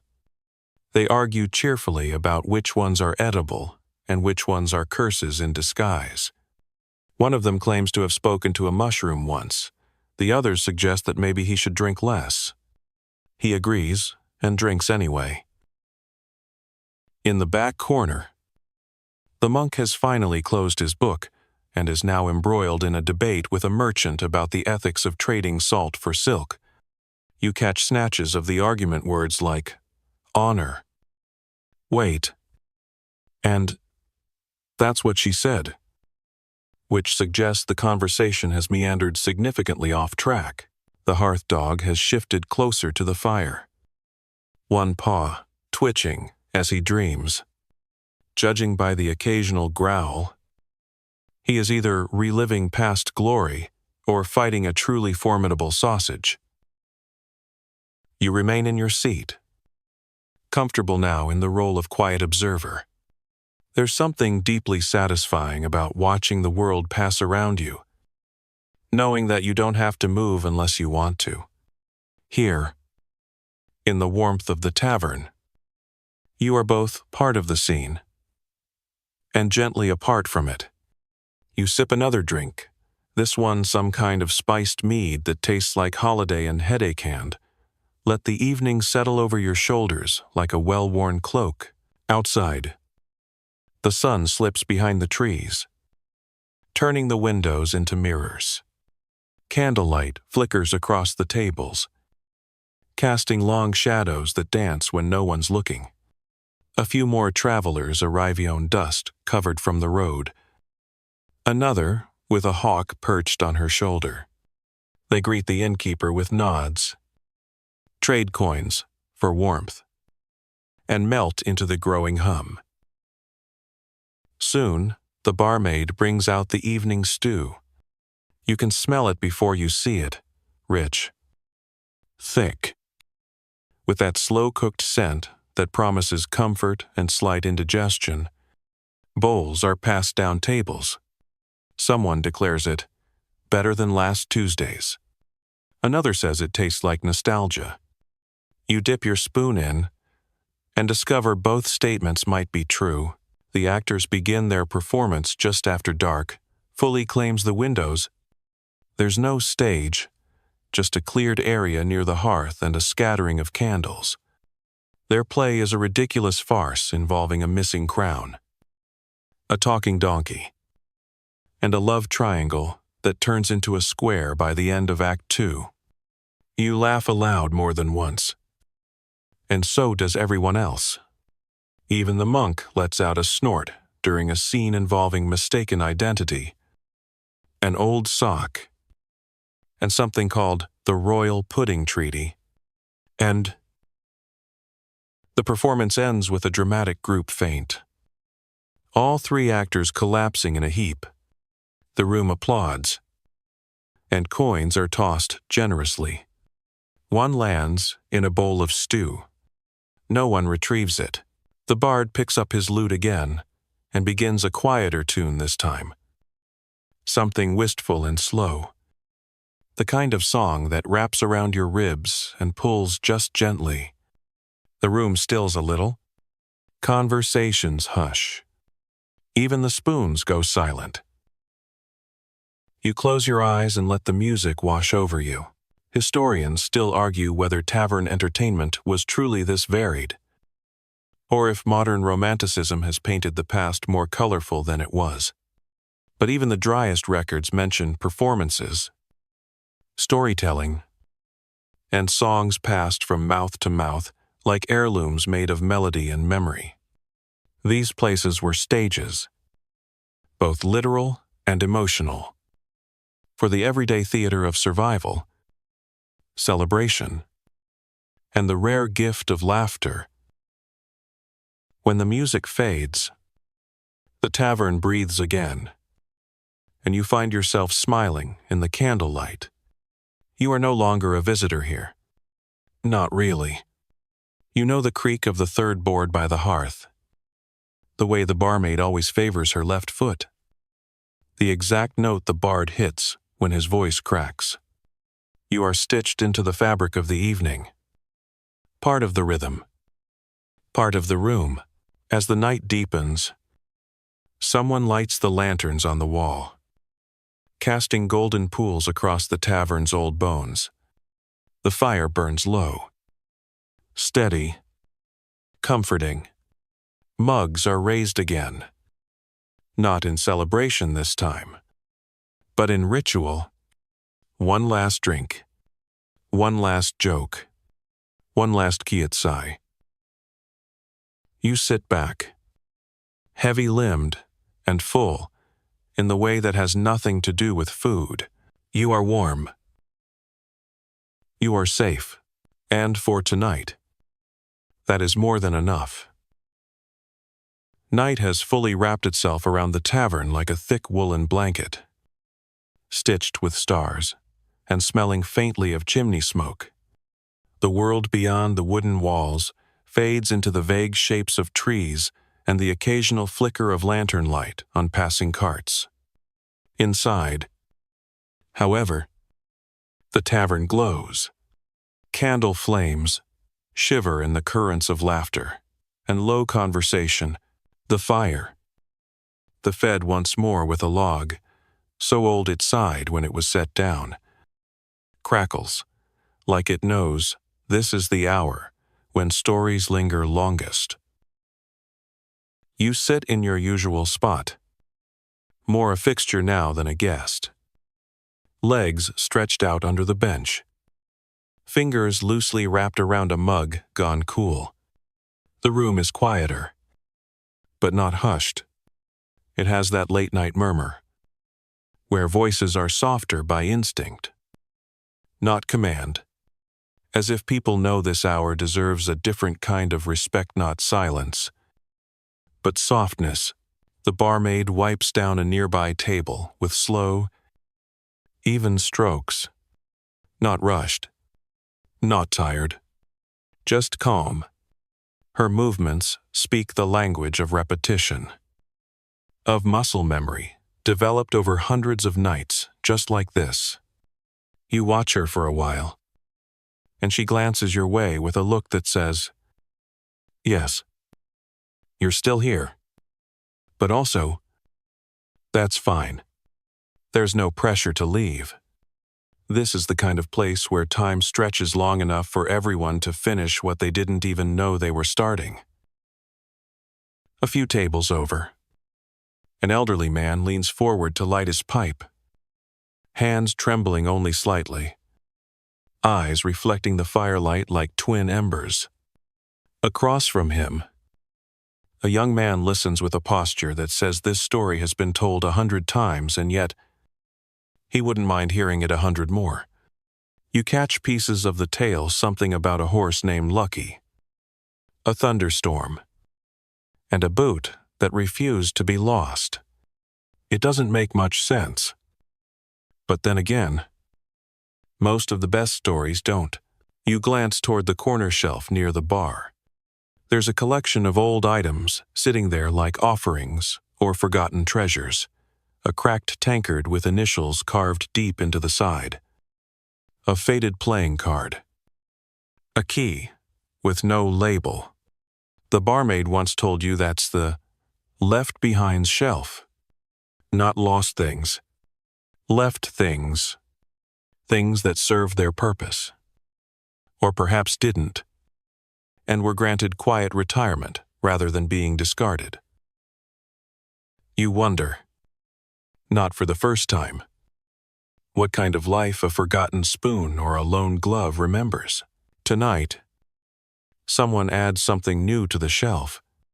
A woman with weathered hands and a face carved by the wind walks up, places a small, cloth-bound book beside the cracked tankard, and walks away without a word. You catch a glimpse of the spine. No title, just a faint stain in the shape of a flower. You feel, inexplicably, like something sacred just happened. At a nearby table, two young travelers quietly compare calluses. Not weapons, not coins, just their hands. Fingers stretched and palms turned upward.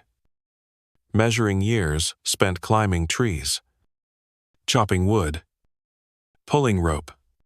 They laugh when one claims a blister shaped like France, then argue about whether France is even a real shape. The fire pops again, sending a soft cascade of sparks upward like a sigh.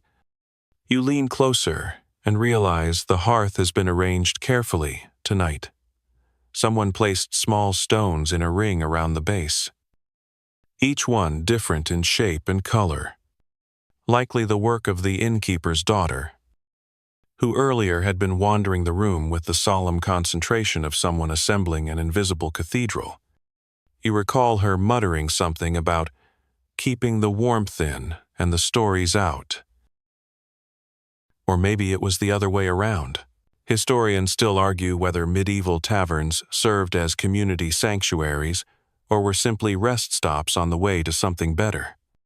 But the people who passed through would likely say they were both.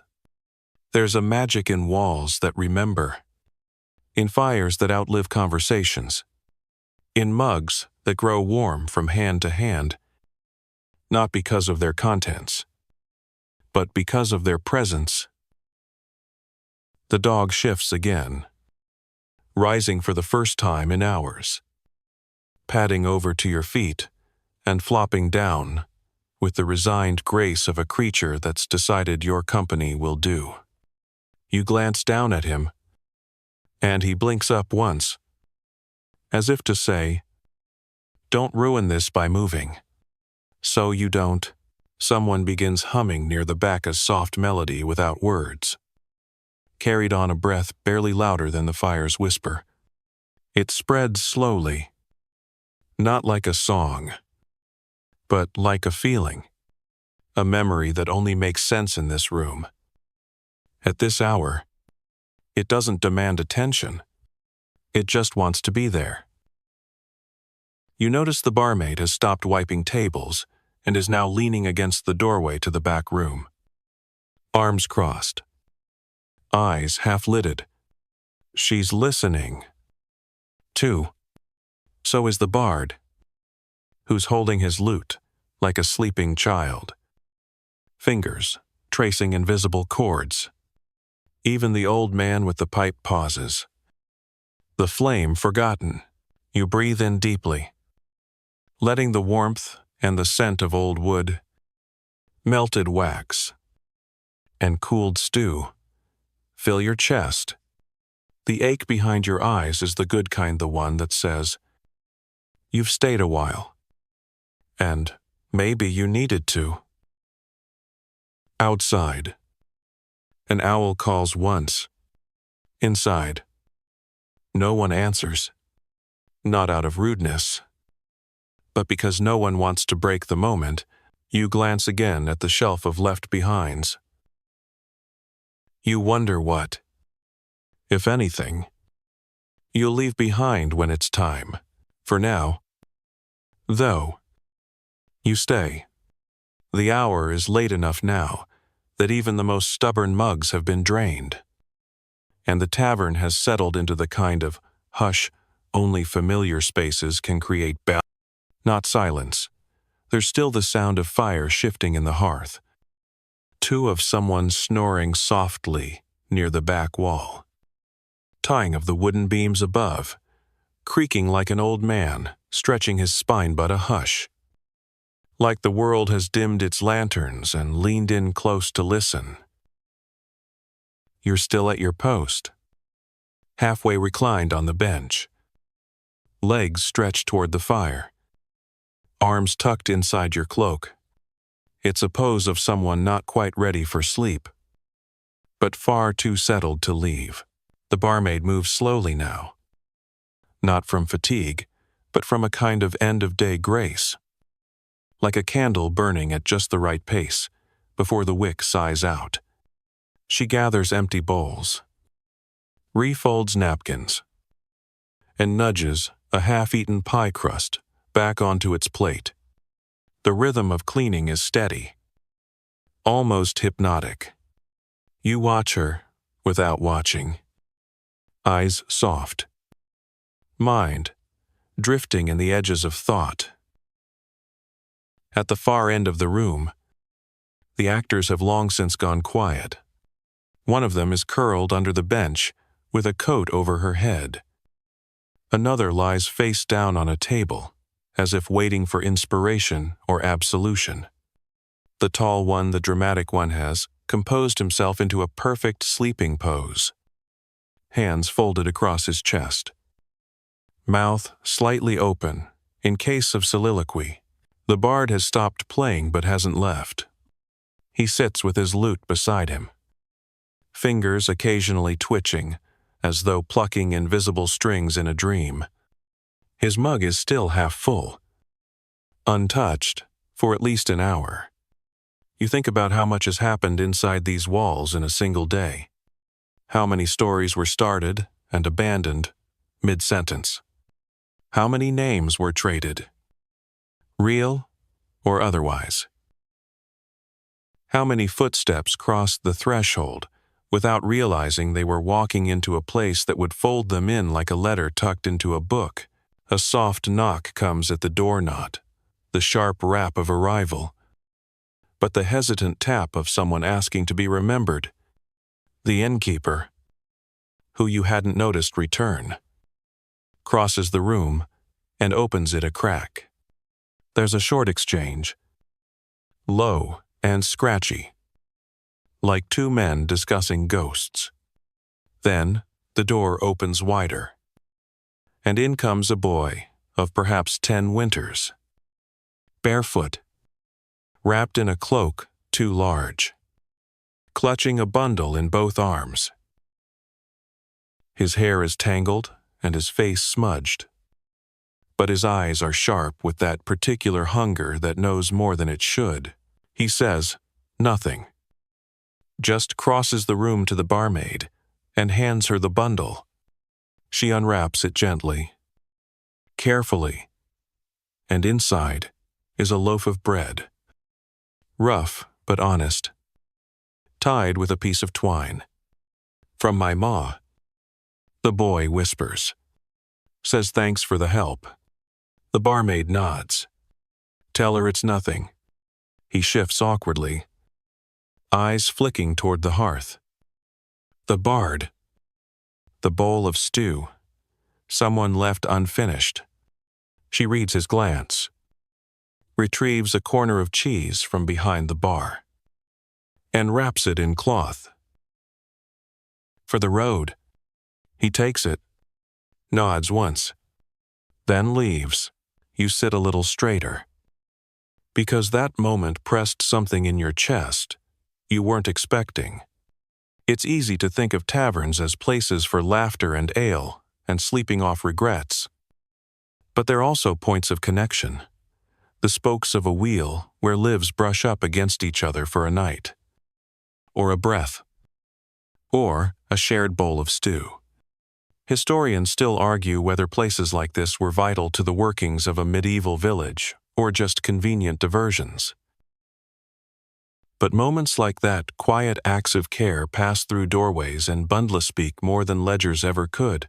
The barmaid sets the bread on a shelf behind the bar, beside a small row of thank you gifts, a faded ribbon, a carved acorn, a feather wrapped in string, not valuable by any merchant's standards, but weighty in the currency that matters when the fires grow low.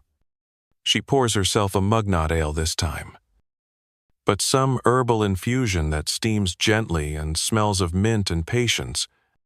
She leans against the bar, sips, and meets your gaze. "Still here?" she asks. But there's no annoyance in it, just quiet amusement. You nod. "Still here." "Aye." She shrugs. "Might as well stay till breakfast now." The fire spits softly, ash settling like dust over the logs. You pull your cloak tighter, the chill of the late hour nibbling at your sleeves. Outside, the wind has picked up, brushing against the shutters like it wants to be let in. You're glad the door is bolted. The dog lifts his head once, as if to agree, then lowers it with a grunt. There's a strange peace in being among the last to remain awake. It's like sharing a secret with the walls. Every scrape of a chair, every murmur of someone shifting in sleep becomes part of a secret rhythm that only a few get to hear. It's not lonely. If anything, It's closer to belonging than most people ever find. You think again of the items on the left-behind shelf. The book, the mug, the key. And without quite planning it, you reach into your pocket and feel the edges of the small bag the healer gave you. Earlier in the day, the one with the tea that promised nothing but kindness. You rise quietly, cross to the shelf, and place it beside the carved acorn. It fits. Somehow, like it was always meant to sit right there. Waiting for someone else to wonder about it, then you return to your bench and settle back in. Tomorrow. Maybe. You'll leave. Maybe. But tonight? Tonight you stay, and the tavern stays with you. The last embers of the fire sigh gently, casting only a faint orange glow that flickers across the walls like a memory that refuses to fade. The room is quiet now. The kind of quiet that settles in when everyone who needs something has already received it. Not silence. There's still the sound of fire shifting in the hearth, of someone snoring softly near the back wall, of the wooden beams above, creaking like an old man stretching his spine but a hush, like the world has dimmed its lanterns and leaned in close to listen. You're still at your post, halfway reclined on the bench, legs stretched toward the fire, arms tucked inside your cloak. It's a pose of someone not quite ready for sleep, but far too settled to leave. The barmaid moves slowly now, not from fatigue, but from a kind of end-of-day grace. Like a candle burning at just the right pace before the wick sighs out. She gathers empty bowls, refolds napkins, and nudges a half-eaten pie crust back onto its plate. The rhythm of cleaning is steady, almost hypnotic. You watch her without watching, eyes soft, mind drifting in the edges of thought. At the far end of the room, the actors have long since gone quiet. One of them is curled under the bench with a coat over her head. Another lies face down on a table, as if waiting for inspiration or absolution. The tall one, the dramatic one, has composed himself into a perfect sleeping pose, hands folded across his chest, mouth slightly open in case of soliloquy. You think about how much noise they brought into the tavern earlier, and how that energy has been replaced now with the weightless stillness that only deep sleep can manage.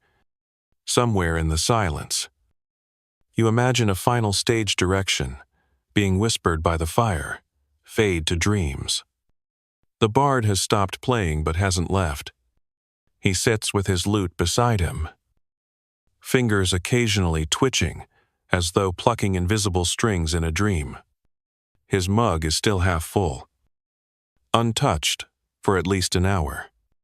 You wonder if he's composing something quietly in his head, or simply letting his mind drift to old taverns and older roads. A lone moth flutters near one of the wall sconces, casting oversized shadows that flicker and lurch across the wooden beams like a puppet show played for ghosts. The dog, once fiercely loyal to his post by the fire, has stretched himself long along the floorboards, chasing something in his sleep. Occasionally, he emits a soft woof, more suggestion than threat, like he's warning an imaginary squirrel to keep its distance. You listen, not because you're waiting for anything, but because there's a rare clarity in the quiet. Your breath sounds like the wind through wheat. The crackle of a single coal sounds like footsteps far away. Somewhere, a shutter creaks gently against the frame, tapping out the slow rhythm of a house settling down after a long, noisy day. Then a door creaks open, not the front door, but the narrow one behind the bar. The one that leads to the cellar. You glance over as the innkeeper emerges, arms full of firewood, and pads softly to the hearth to top off the coals. He says nothing to you, but nods once, as if to say, "You made it this far." He feeds the fire without haste, stacking the logs carefully, choosing the dry ones that will burn clean through the early hours. When he's done, he brushes the ash from his hands, straightens, and gives a long sigh of a man who has kept something alive for another night. Then he disappears once more through the cellar door, leaving only the scent of earth and oak behind him. You remain seated, your hands folded now in your lap, your eyes half-lidded. The mug beside you has gone cold, but you leave it where it is. Its job is done. You think again of all the faces you've seen in this room, new ones, old ones, forgettable and unforgettable, and how each added some invisible thread to the fabric of this night. Even those who said little left behind something, a scarf on the bench, a stain on the table, a piece of overheard laughter, still echoing gently in the rafters. The fire burns steady now, no longer performing, simply existing, like breath, like heartbeat. You think about leaving? Not immediately, of course, but eventually, when morning comes and the sky pinks over the treetops and the rooster down the road remembers his purpose in life. You'll rise, stretch, and step out into the damp hush of a village, not yet awake. But even then, part of you will remain hair-tucked in the creases of a bench cushion, caught between the planks of the floor, lingering in the scent of stew and smoke. You glance toward the shelf of left-behinds once more. The bag of tea you placed there earlier now sits quietly among its companions. It looks at home, like it always meant to be left, like it was waiting for someone else to notice it someday. A thread in the next story, a seed for someone else's comfort. Historians still argue whether taverns served as community hearths or mere distractions from the cold. Some say they were dens of iniquity, others, places of unexpected holiness. But no scroll or parchment ever truly captures what it's like to sit in the final hour of the night, wrapped in a cloak, not your own, beside strangers who feel like fragments of something you once dreamed. No chronicle describes the way the fire lightens the space behind your eyes, or how the sound of a spoon dropped in another room can bring you back from the edge of sleep with a smile. You stretch once, arms overhead, back cracking like a floorboard, and then let yourself sink deeper into the bench. One last glance at the coals, one final breath of wood smoke, and then peace. Sleep is no longer waiting. It is here. And you are ready. And now, as the coals settle and the last traces of candlelight melt into shadow, let your breath soften. Let your body grow heavy, as if you've sunk into the same worn bench beneath the beams and rafters of that quiet TAVERN. The mug in your hands has long since cooled. The chatter has faded into sleep murmurs, and the warmth around you no longer comes from fire or drink, but from simply having been there, from being part of something unhurried, familiar, safe. Let the memory of wooden walls hold you like an old friend. Let the scent of soot and soup and storytelling drift quietly through your thoughts, lingering without pressure. The dog at your feet has stilled. The bard's fingers have stopped twitching. The wind outside is softer now, brushing against the shutters like a lullaby. Even the stars seem quieter here, content to glimmer gently above the rooftop, while the world below slows. You are not expected to do anything more tonight. No decisions, no roads to take, no questions to answer. You've made it through the day. I found a place to rest. And the night, for once, asks nothing of you except to drift. So breathe deeply. Let your shoulders release. Let sleep rise up to meet you, like a blanket pulled smooth across your chest. The tavern is still there behind your eyes, beneath your thoughts, at the edge of dream and memory waiting quietly, faithfully, with a seat always warm by the fire. Sweet dreams.